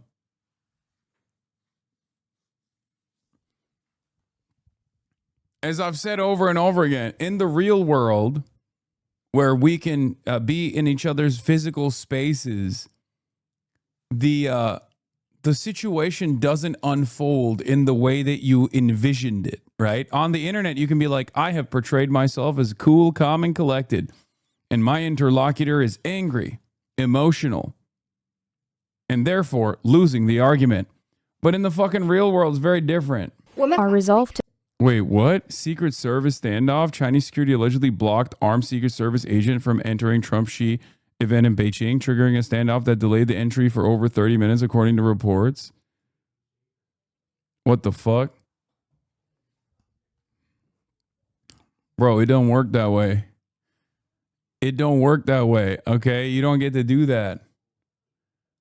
Another standoff was with the media. American press got into heated arguments with the Chinese police, hold them back in a side room during President Trump's Temple of Heaven visit with Xi. Do you understand? We are in the motorcade with the president. Chinese reporter, the security on our side do not allow you to leave this building. Reporter says, we got to move. We got to go. We got to move.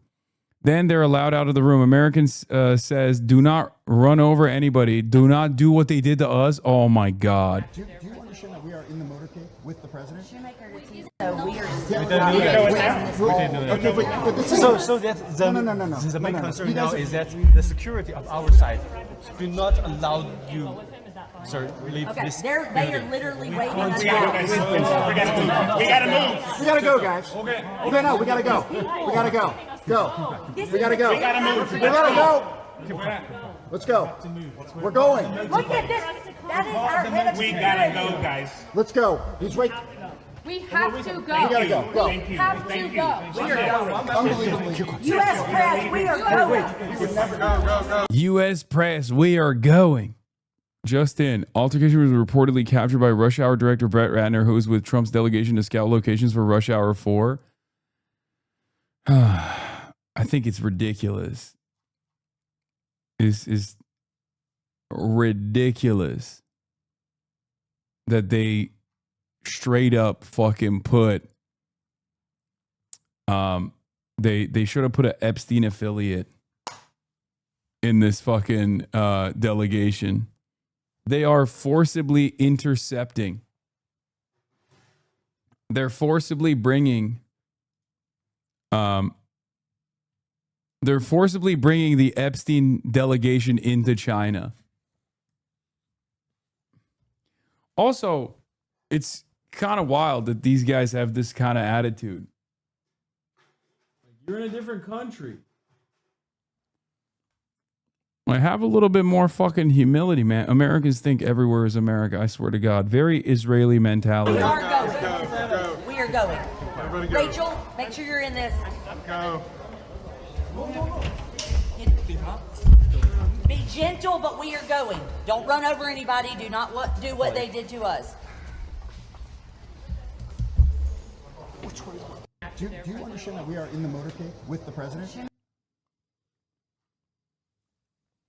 Put them all in jail. Help us, Xi.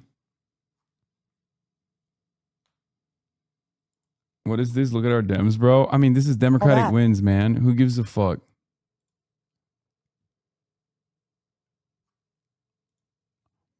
Anyway, that's interesting. Apparently,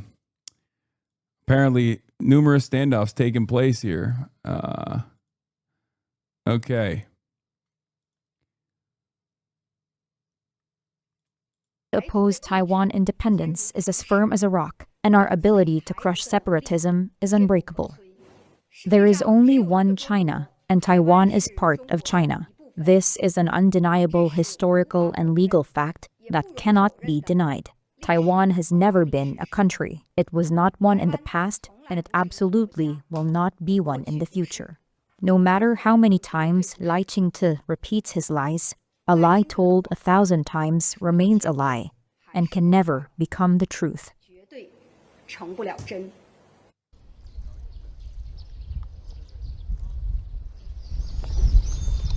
How are your talks, sir? Great. Did you talk about Taiwan? Great place. Incredible. China's beautiful. Trump bent over and showed Ho he's going to give him Taiwan. LMFAO. I mean, the American position, even from the Nixon era when China was obviously a far weaker predicament, has always been to recognize Taiwan as a part of China while simultaneously engaging in the act of strategic ambiguity. There's never been a State Department position that is straight away from the perspective that Taiwan is a part of China. Okay? From the inception, the Republic of China, from the inception, the Republic of China was a separatist state. Now, obviously, things have changed, right? Things have changed quite a bit, and people change, policies change. Taiwan is not what it was initially. Even the KMT itself is now the party that is much more open to, if not reunification, but a party that is more invested in normalizing relations with China or developing better relationships with China. Okay? As opposed to the American cutout, which is the DPP. As far as the Taiwanese population's opinion on this, they want status quo overwhelmingly. They want status quo overwhelmingly, which is an opportunity for them to continue trading and continue having good relations with China, while also having one foot in the door with the Western world.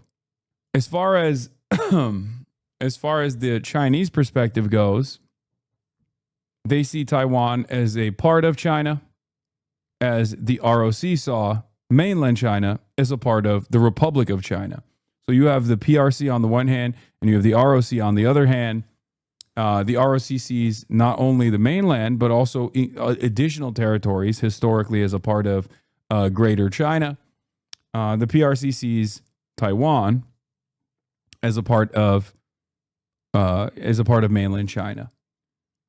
Okay, my attitude on this is to not disrupt the current relationship that we have with China, and to allow peace to continue. If I was living in Taiwan, I'd have a very different attitude, in my opinion. If I was a Taiwanese national, if I was living in Taiwan, I'd be perfectly on board with becoming a part of mainland China. But I do understand why the younger population, especially, have their worries about having their state apparatus sucked up by the Chinese government, and they're worried about state repression and things of that nature, in the same way that people in Hong Kong were resistant, regardless of the different situation with Hong Kong's ownership inevitably being given back to the People's Republic of China. Don't run them over like they did to us. Refer to this incident today. New White House aide trampled by Chinese journalists during President Trump's meeting with President Xi Jinping. Fox News' Peter Doocy also reports that there have been heated and physical clash between the U.S. Secret Service and Chinese police. Chinese journalists reportedly knocked over and stepped on a White House aide who was left bruised and shaken. The staffer was not seriously injured. Doocy reports that there have been physical clashes over heated arguments during the trip. It's worth pointing out that there have been some heated and physical clashes between the Secret Service and Chinese police at basically the back doors of these events, including one very physical standoff where a Secret Service officer was being prevented from taking his weapon in as a part of the protective detail. But things have been ironed out as far as we know. The schedule has not changed because of that. Some heated and physical clashes between the Secret Service and classic Americans, dude. What do you mean I can't bring a gun to this meeting with global leaders? That's my emotional support gun, buddy. I'm bringing it everywhere with me, okay?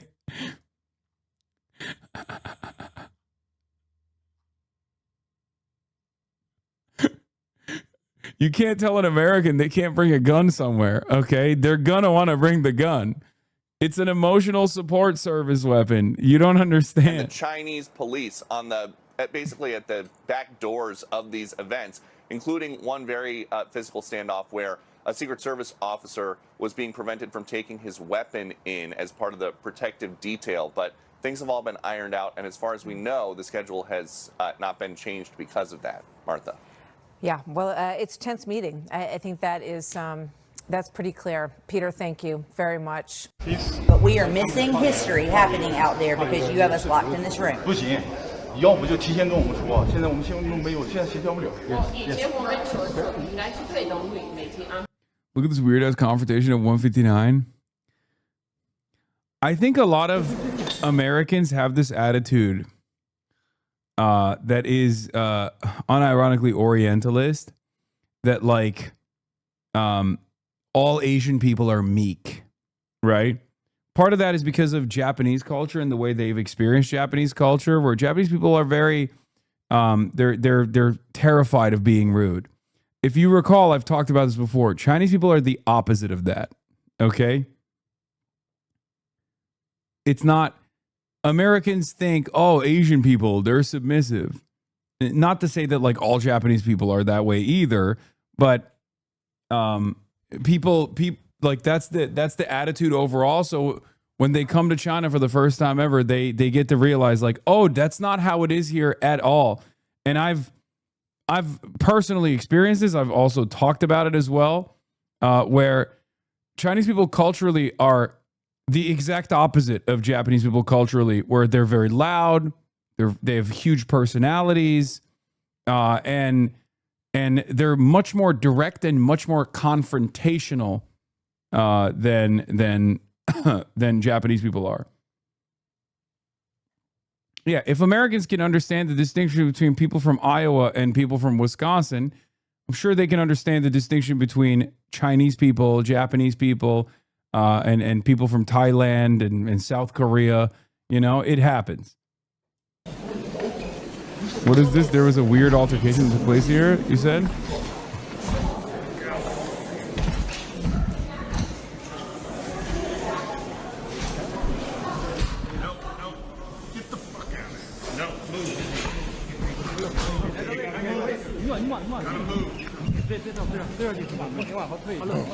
Please put on the earpiece for the simultaneous interpretation. Thank you. What is this? Swedish police absolutely hate U.S. Secret Service. They're such assholes and snuggle their guns even though they're told they can't have them and it's illegal, etc., etc. Also been some noisy and physical disputes between members of the U.S. and Chinese delegations. We experienced some of that firsthand yesterday. Leaving that welcome ceremony, I was ordered onto a bus that then immediately left with nobody on it except for me and a driver that didn't know I wanted to get off. When is the next crash out? I don't know. Maybe soon, chatter. Are you a baby or are you an adult?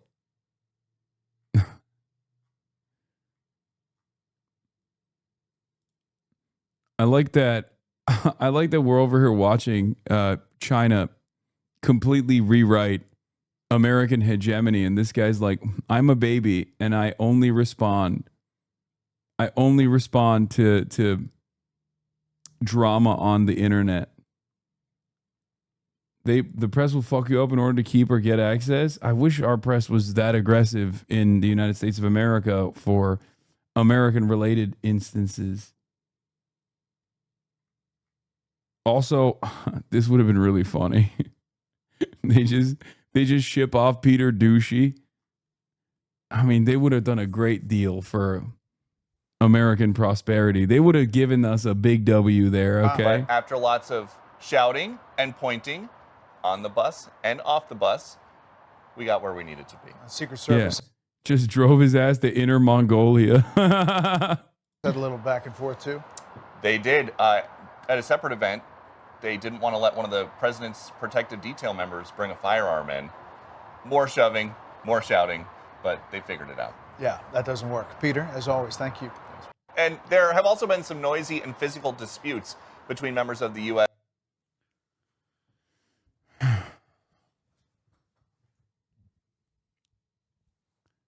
Yeah, we took out Peter Douchey. The assets being packaged and shipped. I repeat, Peter Douchey is being shipped to Inner Mongolia. They're gonna exile his ass. We told you we wanted you this yesterday when we were here. I flagged it for you again an hour ago when we got here. And we told you the number is photo.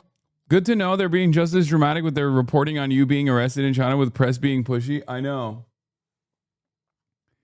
That's true. If you recall, I was gulagged in China, sent to the fucking mines in faraway distant lands with the altercation that I had with the police in Tiananmen Square. That's not that far from this either, where these guys are at.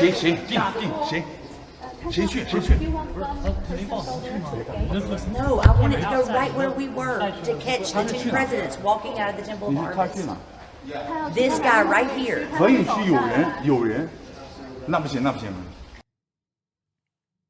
Yeah, I got deported day one frame. Anyway, let's continue. Donald Trump swerved a potentially awkward moment during a photo call with China's president when a member of the press asked about the issue of Taiwan. He was so mad. Dude, imagine asking about Taiwan next to fucking Xi Jinping. It's so awesome. He's like...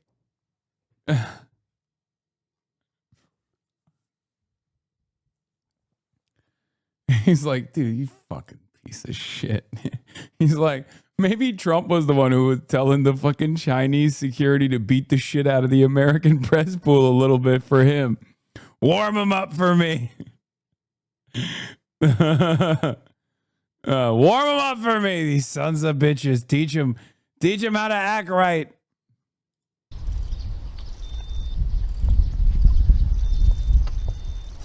Thank you. Thank you very much. Mr. President, did you talk about Taiwan? Hey, thank you, press. Thank you, press. Thank you, press.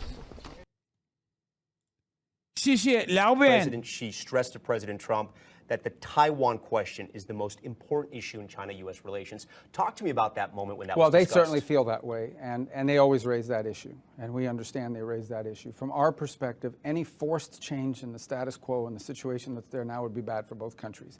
One of the things the Chinese... Dog, that's their position. As China's power grows, especially against America, the status quo conversation will shift to benefit China. Okay? It's very funny that they can't even like posture. They can't really posture at all right now because they don't have any fucking leverage. And to be fair, and I say this sincerely, America doesn't give a fuck about Taiwanese independence. Okay? Anyone that legitimately thinks America gives a fuck about Taiwanese independence, America has never given a fuck about Ukrainian autonomy either. Okay? That's never been the case. It's more so what kind of purpose these countries or advancing the interests of like using Taiwan as an entry point into China. Like they don't, that's it. That's the only thing they care about is what these places can do for America's adversaries. Okay? It's unironically so ridiculous that America might even drop its support for Turkey, the second largest NATO country, at the behest of Israel. There's only one country that we actually care about, okay? Every other country is a missile sponge. Every other country could become a missile sponge. For America, the interest in Taiwan is obviously semiconductors and also a launching pad. How is every right extremist meeting the CCP and not the leftists? Not just in the USA. Modi met with CCP. Trump met with CCP. Is it a pattern or do I need to touch grass for real? What are you talking about? I've tried to explain this to you before. China does not care about ideology. China has never given a single shred of a shit about what the ideology of its major neighboring country is, okay? And its governing party. They don't give a fuck. China works with America. There is no pattern beyond China trade maxing and developing better relations with its neighboring nations and even the United States of America. Size, which we agree, is strategic stability in our relationship, a constructive relationship, but also one. In in that sense, it's all a pure isolationist, where their attitude is, we don't give a fuck as long as you don't harm us and our way of existence. The greatest example I can give you about China's lack of interest in like maintaining some sort of communist ideology around the world is obviously Cuba. One example that I use in their own backyard is obviously the Philippines, but certainly in Cuba as well, right? They do not care at all. As a matter of fact, they're totally willing to write off. They're totally willing to write off what takes place in Cuba. As long as in exchange for better ease of tensions in the Strait of Taiwan, right? The Taiwanese Strait. Having said that, of course, they'll meet with like Claudia Sheinbaum as well, obviously. Xi Jinping met with Mexican President Claudia Sheinbaum. Xi once again congratulated President Sheinbaum on becoming the first female president of Mexico, said that his visit to Mexico in 2013 left a deep and strong impression on him. China and Mexico have had a time-honored tradition of friendship. This was in 2024, November 18th, 2024. So there are allegiances. I'm sure there's like, China and Mexico have like a very, very solid relationship already. But there's only interest. There's only Chinese interest. There's no like ideological. There's no underpinning ideological purpose that China cares about. One that establishes strategic stability, so that we don't have misunderstandings that could lead to broader conflict. And so we always reiterate the point. We hear them when they say this.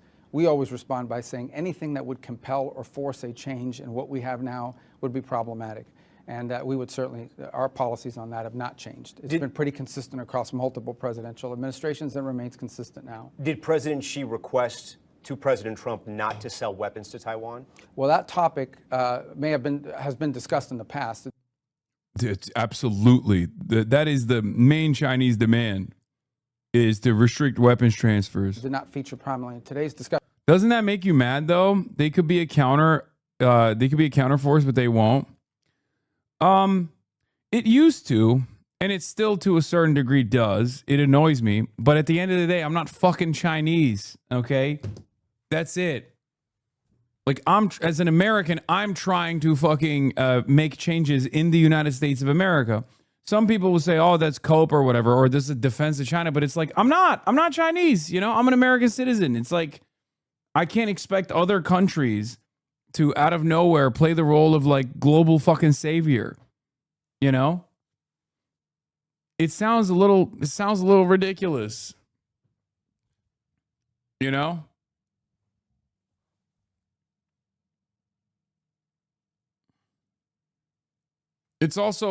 ridiculous when fucking America is demanding China's aid in opening the Strait of Hormuz. It's even more ridiculous than that, right?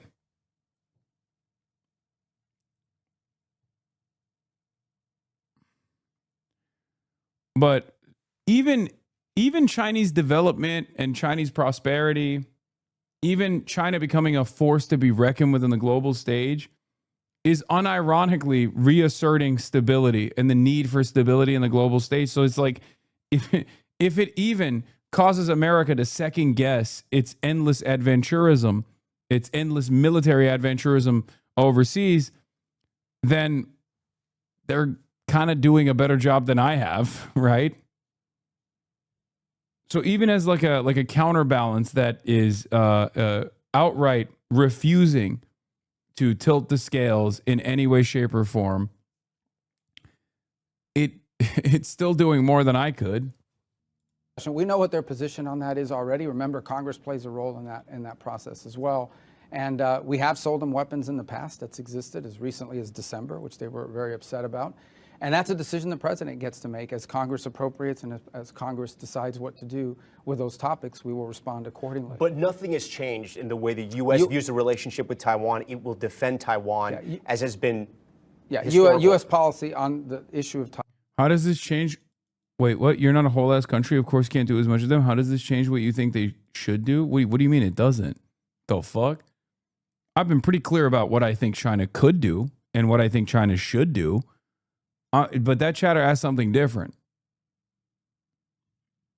I have been very clear. I think China should play a more formative role in intervening in global conflict.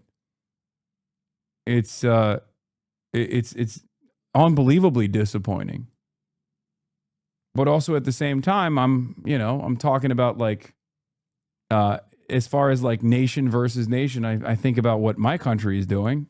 We are the ones who are responsible for all the fucking instability. It sometimes feels a little weird that we're just like, why won't China fix what we are doing? You know? I guess it's more so a recognition. It's more so a recognition of our inability to enforce the democratic wishes of the majority. They don't have enough power projection capability of the U.S. or USSR. They absolutely could do USSR level of power projection. They could do more than USSR's power projection. They are projecting power. Trade is far more consequential and a far stronger tool in this day and age for China to implement whatever wishes, whatever design they have. Taiwan is unchanged as of today and as of the meeting that we had here today. It was raised. They always raise it on their side. We always make clear our position and we move on to the other topics. We know. Like, I think the major reason why China doesn't do shit on Cuba is because they want to continue with status quo in Taiwan. And they know that if they were to move on Cuba in the way that like the USSR has, then America absolutely would agitate in Taiwan. They'd probably fucking put nukes in Taiwan potentially. And then there's a dangerous predicament. There's dangerous instability. Whereas currently, as long as China continues staying the course and showing itself as a great stabilizing force in the around the world, whereas America is showing itself to be a belligerent fool that's like disrupting the previous design of international trade that America was the architect of. From the Chinese perspective, if they stay the course, peaceful reunification is an inevitability. Why would they disrupt that? Their highest goal here is to unify China. Okay, that's it. Their highest purpose has been to reunify China through peaceful means. It is our own design that this would be this would be done through military means. Since the age of Mao, it hasn't been something that they're interested in engaging militarily.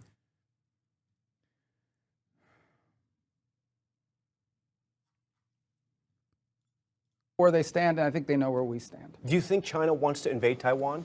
Well, I think China's preference is probably... Look. Damn. Oh, so you don't think China wants to invade Taiwan militarily? Interesting for the Secretary of State to say such a thing.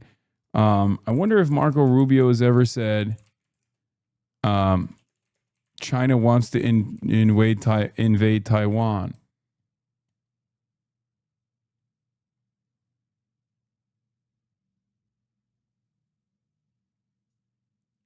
Let's see. How do I go through news hits to not go at like to not look at Marco Rubio's takes from an hour ago, this exact same thing, but instead, oh, this is a good one. Why was Marco Rubio sanctioned by China? Beijing's human rights abuses included crackdown on pro-democracy activists in Hong Kong and the treatment of Uyghur minority in Xinjiang. The sanctions imposed in 2020 during his time as a U.S. Senator were a direct response to his advocacy for legislation holding China accountable. Marco Rubio, Trump's top pick for cabinet job, claims China will invade Taiwan by 2030. Florida senator made his comment at a confirmation hearing to help decide if he is suitable for Secretary of State. And then everybody unanimously fucking endorsed him, by the way. So that was cool. Donald Trump's pick for Attorney General also faced scrutiny over his stance on the January 6 riots. He told the committee he believes China is America's biggest threat and blamed the growing risk on America's shift to globalism. Laying out how he will implement Mr. Trump's America First vision, he said the United States must begin placing its core national interests above all else. He argued Washington must step up to compete with Beijing and slam the Chinese government's human rights record. If we don't change course, we're going to live in a world where much of that matters to us most daily, from our security to our health, will be dependent on whether the Chinese allow us to have it or not. Oh, no. We might be living in that world now. Isn't that crazy? The U.S. will have to deal with the Chinese invasion of Taiwan before 2030 unless there are dramatic changes, Mr. Rubio claimed.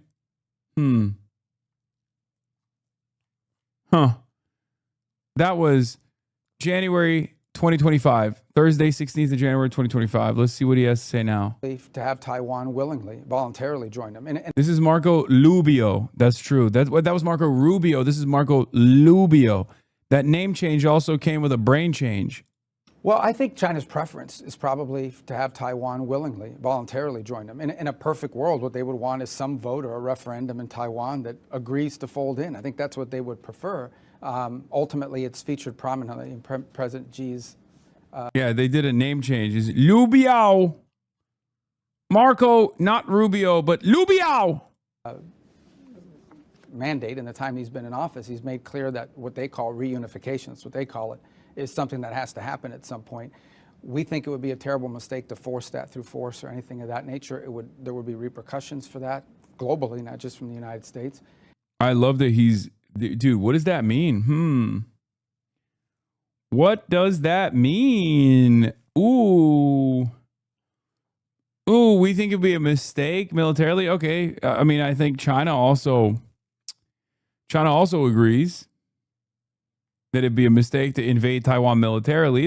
You're interesting. He's so cognizant. Marco Rubio. And we kind of leave it there. That sort of ambiguity is what I think has defined the way we characterize this issue. And the reason being strategic ambiguities. We don't want to see conflict. We don't want to see something disruptive happen because I think it would be very disruptive for the world and for both countries. I know you're watching China. You don't think they're ramping up their military to do something? Dude, American media is so bloodthirsty. Like, but don't you think? Don't you think that they want to fucking kill every Taiwanese person? Huh? Come on. They're ramping up their military. Come on. Taiwan? Well, I think they're ramping up their military in general. The pace of growth in the Chinese military over the last 10 years has no precedent. None. I mean, just what they've done with their Navy alone over the last, they've put billions and billions and billions of dollars in their system. So it's, you look at it, I mean, it's hard to ignore how fast and how big. So I don't think it's just limited to Taiwan. I think they have ambitions to ultimately be able to project power globally the way the U.S. does now. They're still behind us in that regard. But nonetheless, they are investing a lot of money. They are, right now, the world's second most powerful military, without a doubt. U.S. Senator Marco Rubio has introduced a bill to speed up weapons sales to Taiwan and strengthen bilateral military cooperation. The bill is titled the Taiwan Peace Through Strength Act of 2022. This is Formosa News. Someone 3 years ago, remember to send Rubio to the front lines when the war starts. Good stuff. CCP out of the ROC. It calls on Washington and U.S. defense contractors to fast-track arms sales to Taiwan. It also asks the U.S. to establish... He has tweeted 1 million times about Taiwan. Times are changing, baby. If China's willing to target our space satellites, electric grid, if we intervene to defend Taiwan, why would they hesitate to first order ByteDance to use TikTok to manipulate U.S. public opinion against intervention? No one wishes for armed conflict with anyone. There's nothing good about war. If, God forbid, we are ever in a war with China, China will use cyber attacks to try to take down our electric grid. China will use space weapons to try to destroy the satellites we have in space. China will use these missiles to try to sink our ships and kill Americans. China will do all these things, but somehow we think they're incapable of using a social media app with 150, 200 million American users. They would never use that against us. They'll sink our ships, they'll shoot down our satellites, they'll shut down our grid, but they would never use an app that they control. Doors open. Come on. Of course they would. He put scary music on it too.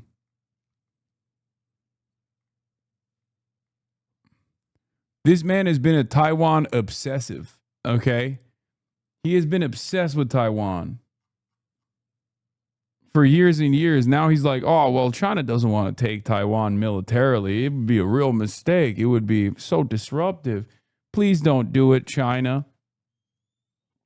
Well, good thing that they were not invested in that at all, so.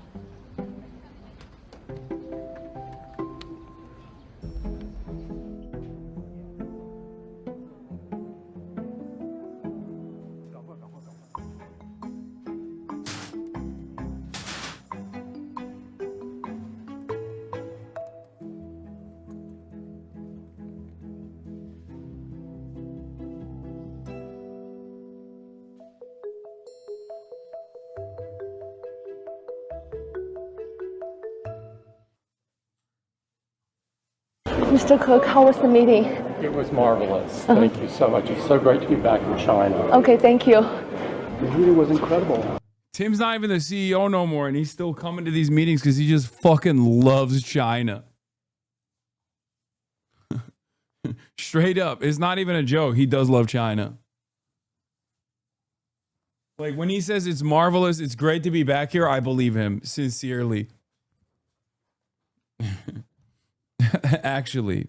President Xi was so gracious, so welcoming, and welcome all of us to be part of China. So, it was an excellent meeting. Thank you. We've made the argument to the Chinese, and I hope it's compelling, and they'll have a chance to do something about it at the United Nations later this week when there's a resolution just condemning Iran on what they're doing with the Straits. Look, there's three things. The Chinese have ships stuck in the Persian Gulf. Because no, they don't. Setting up a system that says we're going to let certain ships through but others not, it's easier said than done. And you saw a Chinese, not Chinese flag vessel, but it was a Chinese cargo, got hit over the weekend. I'm sure Iran didn't do it deliberately, but they did it. It happened. And so that's why these Chinese ships are stuck in there. The second is, I don't think that China, it's a huge source of instability. It threatens to destabilize Asia more than any other part of the world, because it's heavily reliant on the Straits for energy. And the third reason is because China's economy is export driven, meaning their economy is fueled not by what they consume domestically, but by what they make and sell to other countries. Well, if all the countries of the world economies are melting down because of this crisis in the Straits, they're going to be buying less Chinese product, and the Chinese exports are going to drop. This part is true. This last part is true. Precipitously. So it's in their interest to resolve this. We hope to convince them to play a more active role in getting Iran to walk away from what they're doing now and trying to do now in the Persian Gulf. All right, thanks for watching. It's more so a calculation of like how much can they make America bleed and suffer for their mistake, and what that does for their long-term goals. That's the only thing they care about.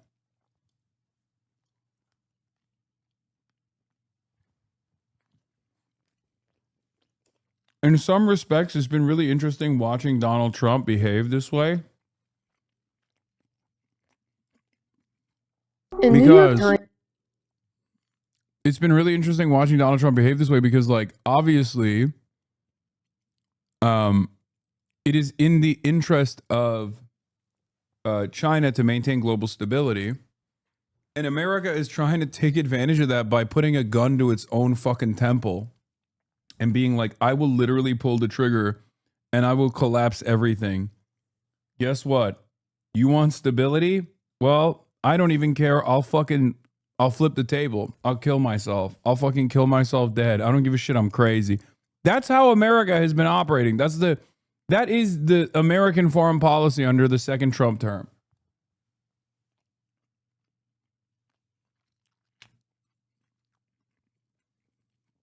They're literally not saying like, I have a gun, I'll use it on you. They're saying, I have a gun and I'll use it on myself.